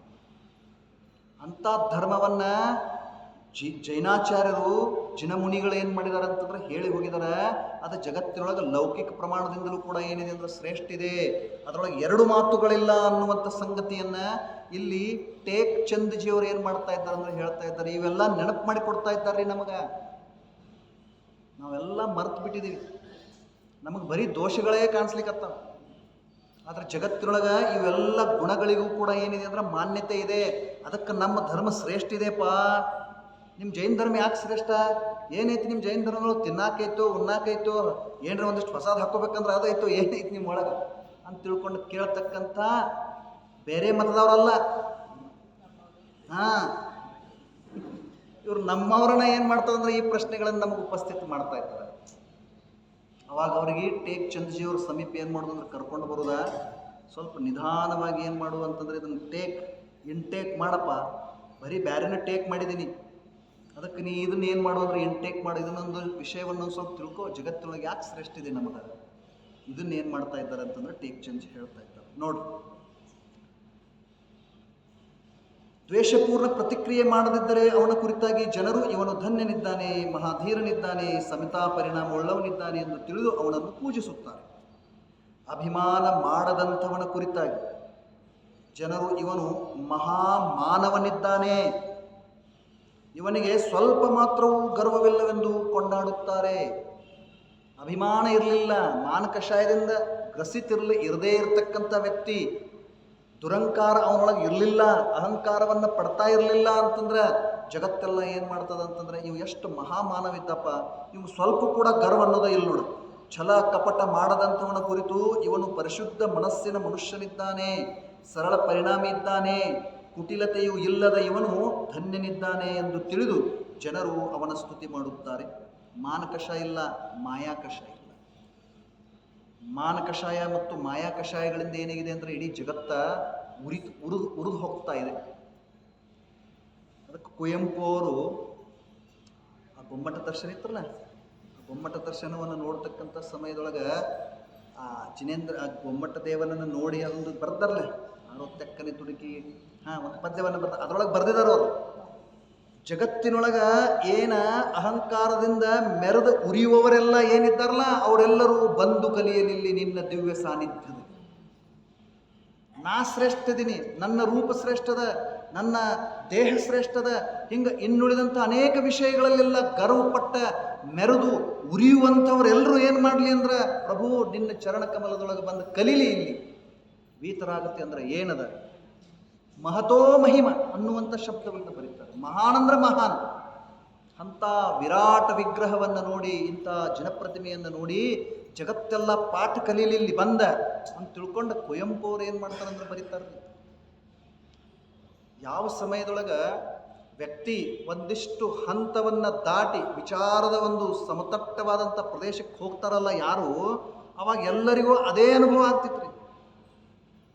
ತಿಳಿತೇನ್ರಿ? ಇದು ಭೂಮಿ ಒಂದಿಷ್ಟು ನಾವು ಆಕಾಶದೊಳಗೆ ಹೋಗಿ ನೋಡಿದೀವಿ ಅಂದ್ರೆ ಒಂದು ಎತ್ತರಕ್ಕೆ ಹೋಗಿ ನೋಡಿದಾಗ ನಮಗೆಲ್ಲರಿಗೂ ಸಮಾನ ರೂಪದಿಂದನೇ ಕಾಣಿಸ್ತಿತ್ತು. ಅದೇ ವಿಚಾರಗಳು ಏನಾಗ್ತಾವ ಅಂದ್ರೆ ಎಲ್ರಿಗೂ ಬರ್ತಾವೆ. ಹಂಗೆ ಪರಿಶುದ್ಧವಾಗಿರ್ತಕ್ಕಂಥ ಒಂದು ಸಾಹಿತ್ಯ ರಚನೆಯ ಸಂದರ್ಭದೊಳಗೆ ಅದರ ಪರಿಪಾಕವನ್ನು ಆಸ್ವಾದ ಯಾರು ತಗೊಳ್ತಾರಲ್ಲ ಅವರಿಗೆ ಆ ವಿರಾಟ ವಿಶಾಲವಾಗಿರ್ತಕ್ಕಂಥ ವ್ಯಕ್ತಿತ್ವ ಅದೇ ರೂಪದೊಳಗೆ ಕಾಣಿಸ್ತೈತ್ರಿ ತನ್ನಿಂತಾನ. ಭಾಳ ನಮ್ನೆ ವಿಷಯಗಳನ್ನು ಬರ್ತಾರೆ ಅದರಾಗ. ಬಂದು ಕಲಿಯಲಿ ಎಲ್ಲರೂ ಅಂತ ಅಂದ್ರೆ ತ್ಯಾಗದ ಮುಂದೆ ಏನಿದೆ ಅಂತಂದ್ರೆ ಎಲ್ಲವೂ ಕೂಡ ಶೂನ್ಯಿದೆ. ತ್ಯಾಗ ಅಂತಂದ್ರೆ ಪವಿತ್ರತೆ ಇದೆ, ತ್ಯಾಗ ಅಂದ್ರೆ ಸರ್ವಶ್ರೇಷ್ಠ ಇದೆ. ಅಂಥ ತ್ಯಾಗದ ಒಂದು ವಿಷಯವನ್ನ ಇಲ್ಲಿ ಏನು ಮಾಡ್ತಾ ಇದ್ದಾರೆ ಅಂದ್ರೆ ಹೇಳ್ತಾ ಇದ್ದಾರೆ, ಅಲ್ಲಿ ಯಾವುದೇ ಪ್ರಕಾರದ ಕಪಟತೆ ಇಲ್ಲ. ಒಳಗೂ ದಿಗಂಬರ, ಹೊರಗೂ ದಿಗಂಬರ, ನಿಷ್ಕಪಟ. ಹೊರಗ ದಿಗಂಬರ ಆಗೋದು ಬಹಳ ಏನಿದೆ ಅಂತಂದ್ರೆ ಸುಲಭವಾದಂಥ ಸಂಗತಿ ಇದೆ. ಯಾಕಂದ್ರೆ ನಮ್ಮ ಎಲ್ಲ ಮೇರು ಪರ್ವತದಷ್ಟು ಬೀದ್ದವ್ರಿಗೆ ಸಾಧನಗಳು, ಸಂಯಮದ ಸಾಧನಗಳು. ಅಂದ್ರೆ ಅಷ್ಟು ಸಾರಿ ನಾವೇನಾಗಿದ್ದೀವಿ ಅಂತಂದ್ರೆ ಬಾಹ್ಯದೊಳಗೆ ದಿಗಂಬರಾಗಿ ಬಂದಿದ್ದೀವಿ, ಆದ್ರೆ ಅಂತರಂಗದೊಳಗೆ ಏನಾಗಿಲ್ಲ, ಅಂತರಂಗದೊಳಗೆ ಬಹಳ ದೊಡ್ಡ ದೊಡ್ಡ ಅಂಬರಗಳದಾವ. ಅಂಬರ್ ಅಂದ್ರೆ ವಸ್ತ್ರ, ಕಷಾಯದ ವಸ್ತ್ರಗಳಿದಾವೆ, ಮಿಥ್ಯಾತ್ವದ ವಸ್ತ್ರಗಳಿದಾವೆ, ನೋ ಕಷಾಯ ರೂಪದ ವಸ್ತ್ರಗಳಿದಾವೆ, ದ್ರವ್ಯಕರ್ಮ ರೂಪದ ವಸ್ತ್ರಗಳಿದಾವೆ, ಭಾವಕರ್ಮ ರೂಪದ ವಸ್ತ್ರಗಳಿದಾವೆ. ಒಂದೋ ಎರಡೋ ಕಪಾಟ ತುಂಬಿದ ವಸ್ತ್ರ ಅವಲ್ರಿ. ಒಳಗಿನ ವಸ್ತ್ರ ಬಹಳ ಅದಾವ್ರಿ. ಹೊರಗಡೆ ಒಂದು ಕಪಾಟ ತುಂಬಿದಾವ, ಆದ್ರೆ ಒಳಗ ಇನ್ನ ಅಂತ 10 ಕಪಾಟದ ಆಸೆ ಇದೆ. ಇವೆಲ್ಲದರಿಂದ ಏನಾಗಬೇಕು ಅಂದ್ರೆ ಒಳಗೂ ದಿಗಂಬರ ಹೊರಗೂ ದಿಗಂಬರ ಇರ್ತಕ್ಕಂಥ ಆ ಬಾಹುಬಲಿಯ ದಿಗಂಬರ ಮಹಾಮುದ್ರೆಯನ್ನು ನೋಡಿ ಒಬ್ಬ ಅನ್ಯ ಮತದ ಕವಿ ಪುಂಗವ ಏನು ಮಾಡಿದಾರೆ ಅಂತಂದ್ರೆ ಈ ಪ್ರಕಾರದ ವಿಷಯಗಳನ್ನು ಏನು ಮಾಡಿದಾರೆ ಅಂತಂದ್ರೆ ಬರೀತಾರೆ. ಅಂದ್ರೆ ಅದರ ಮಹಿಮೆ, ತ್ಯಾಗದ ಮಹಿಮೆ ಯಾರಿಗೆ ಬರ್ತದಲ್ಲ ಅವರೆಲ್ಲರೂ ಕೂಡ ಹೀಗೆ ಇದ್ದಾರೆ. ಅದಕ್ಕೆ ನೋಡ್ರಿ, ಸರಳ ಪರಿಣಾಮಿ ಇರ್ತಕ್ಕಂಥವನನ್ನ, ಗರ್ವ ಮಾಡದೇ ಇರ್ತಕ್ಕಂಥವನನ್ನ ಜಗತ್ತೇನು ಮಾಡ್ತಂದ್ರೆ ಸ್ತುತಿ ಮಾಡೇ ಮಾಡ್ತದೆ. ಪರಿಗ್ರಹ, ಪತ್ನಿ, ಪುತ್ರ, ಧನ, ಮನೆಯ ತ್ಯಾಗ ಮಾಡಿ ಸಮತೆಯ ಭಾವದಿಂದ ಯೋಗಧಾರಣ ಮಾಡಿ ಆತ್ಮಸಾಧನೆ ಮಾಡುತ್ತಾ ಒಣದಲ್ಲಿರುತ್ತಾರೆ. ಅಂಥವರನ್ನು ಜನರು ಪೂಜಿಸುತ್ತಾರೆ. ಸಹಜವಾಗಿದೆ. ಯಾರು ನಗ್ನರಾಗಿರುತ್ತಾರೆ, ಸಹಜ ರೂಪದಿಂದ ದೊರಕಿದರೆ ಮಾತ್ರ ಭೋಜನ ಮಾಡುತ್ತಾರೆ, ಇಲ್ಲದಿದ್ದರೆ ಬರಿ ಹೊಟ್ಟೆಯಿಂದ ಇರುತ್ತಾರೆ. ಯಾರ ಹತ್ತಿರವೂ ಯಾಚನೆ ಮಾಡುವುದಿಲ್ಲ, ಅಂಥವರ ಪೂಜೆಯನ್ನು ಜನರು ಮಾಡುತ್ತಾರೆ. ಇಂಥ ದಿಗಂಬರತ್ವವನ್ನು ಧಾರಣ ಮಾಡಿರ್ತಕ್ಕಂಥ ನಿಷ್ಪರಿಗ್ರಹಿ ಮಹಾಸಂತರು, ಅರಣ್ಯದೊಳಗಿರ್ತಕ್ಕಂಥವರು ಎಲ್ಲಿಯೂ ಕೂಡ ಭೋಜನದ ಯಾಚನೆ ಮಾಡಂಗಿಲ್ಲ. ತಮ್ಮ ವಿಧಿಗನುಸಾರವಾಗಿ ಭೋಜನ ಸಿಕ್ತು ಅಂತಂದ್ರೆ ತಮ್ಮ ಕರಪಾತ್ರದೊಳಗೆ ಗೋಚರಿ ವೃತ್ತಿಯಂತೆ. ಯಾರು ಆಹಾರ ಕೊಡ್ಕದ್ರ ಅವ್ರನ್ನೂ ನೋಡಿಲ್ರಿ. ಅವರ ಆಹಾರ ಅಷ್ಟ ಪ್ರಾಸುಕೈತೋ ಇಲ್ಲೋ ಅನ್ನೋದನ್ನು ನೋಡಿ ಅತ್ಯಂತ ಭ್ರಮರದಂತೆ ಏನು ಮಾಡ್ತಾರೆ ಅಂತಂದ್ರೆ ಆಹಾರವನ್ನು ತಗೊಂಡು ಆಹಾರ ಆಯ್ತಾಯ್ತಾ ನೋಡಿದ ದೂರ ಅಲ್ಲಿ ಹೋಗಿರ್ತಾರೆ. ಎಲ್ಲಿ ಹೋದ್ರಿ ಆಹಾರ ಆದ ಕೂಡಲೇ ಒಂದು ತಾಸು ಕೂತ್ ಏನು ಮಾಡಂಗಿಲ್ಲ ಅಂತಂದ್ರೆ ಸಂಸಾರಿಗಳ ಜೊತೆಗೆ ಯಾವುದೇ ಪ್ರಕಾರದ ಚರ್ಚೆ ಇರುವುದಿಲ್ಲ. ಅದಕ್ಕೆ ಅಂಥವ್ರು ಏನಿದಾರೆ ಅಂತಂದ್ರೆ ಜಗತ್ತಿನೊಳಗೆ ಎಲ್ಲ ಕಡೆಗೆ ಏನಿದಾರಪ್ಪ ಅಂತಂದ್ರೆ ಪೂಜ್ಯದಾರೆ. ಮತ್ತು ಅವ್ರಿಗೆ ಜಗತ್ತಿನ ಪೂಜ್ಯತ್ವ ಬೇಕಾಗಿಲ್ಲ. ಆದ್ರೂ ಕೂಡ ಜಗತ್ತಿನ ಜನ ಅವ್ರಿಗೆ ಅಷ್ಟು ಪೂಜ್ಯ ಭಾವದಿಂದ ಏನು ಮಾಡ್ತಾರೆ ಅಂದ್ರೆ ನೋಡ್ತಾರೆ. ಲೌಕಿಕದೊಳಗೆ ಇಂಥ ಧರ್ಮ ಏನಿದೆ ಅಂದ್ರೆ ಶ್ರೇಷ್ಠ ಇದೆ ಅನ್ನುವಂಥ ಮಾತನ್ನ ಇಲ್ಲಿ ಲೌಕಿಕ ಪ್ರಮಾಣದೊಳಗೆ ಏನು ಮಾಡ್ತಾ ಇದ್ದಾರೆ ಅಂತಂದ್ರೆ ಹೇಳ್ತಾ ಇದ್ದಾರೆ. ಈ ಪ್ರಕಾರ ಲೌಕಿಕ ಜನರಿಂದ ಪೂಜನೀಯವಾದ ಉಪಯುಕ್ತ ಜಗತ್ತಗುಣಗಳ ಕಥನವು ಯಾವ ಧರ್ಮದಲ್ಲಿದೆ ಆ ಧರ್ಮವು ಪೂಜಿಸಲು ಯೋಗ್ಯವಿದೆ, ಸತ್ಯ ಧರ್ಮವಿದೆ. ಈ ಪ್ರಕಾರ ಲೌಕಿಕ ಪ್ರಮಾಣಗಳಿಂದ ಧರ್ಮದ ಪರೀಕ್ಷೆ ಮಾಡಿದ ಮೇಲೆ ಈ ಜಿನಧರ್ಮವು ಲೋಕದಿಂದ ಪೂಜ್ಯವಿದೆ. ಉಪಯುಕ್ತ ಗುಣಗಳಿಂದ ಸಹಿತವಾಗಿರುವ ಕಾರಣ ಲೌಕಿಕ ಪ್ರಮಾಣಗಳ ಮೂಲಕ ಇದನ್ನು ಖಂಡಿತಗೊಳಿಸಲಾಗುವುದಿಲ್ಲ. ಆದುದರಿಂದ ಜಿನಧರ್ಮವು ಲೌಕಿಕ ಪ್ರಮಾಣಗಳಿಂದ ಅಖಂಡಿತವಿದೆ ಎಂದು ತಿಳಿಯುವುದು. ಈ ಪ್ರಕಾರ ಲೌಕಿಕದ ಒಂದು ಪ್ರಮಾಣದಿಂದ ನೋಡಿದಾಗ ಯಾರೂ ಕೂಡ ಇಂಥ ಪವಿತ್ರ ಧರ್ಮವನ್ನು ಏನು ಮಾಡಂಗಿಲ್ಲ ಅಂತಂದ್ರೆ ಖಂಡನೆ ಮಾಡಂಗಿಲ್ಲ.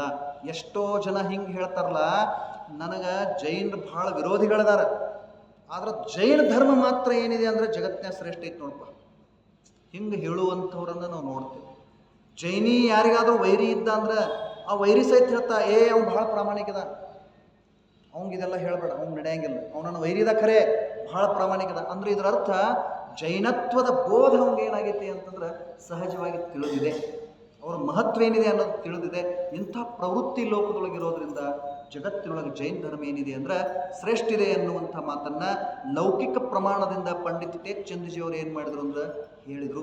ಇನ್ನು ಮುಂದಿನ ಪ್ರಮಾಣ ಪರಂಪರಾ ಪ್ರಮಾಣ ಇದೆ, ಅದನ್ನು ನಾಳಿನ ದಿವಸ ಏನು ಮಾಡೋದಿದೆ ಅಂತಂದ್ರೆ ನೋಡೋದಿದೆ. ಇವತ್ತಿನ ಸಮಯ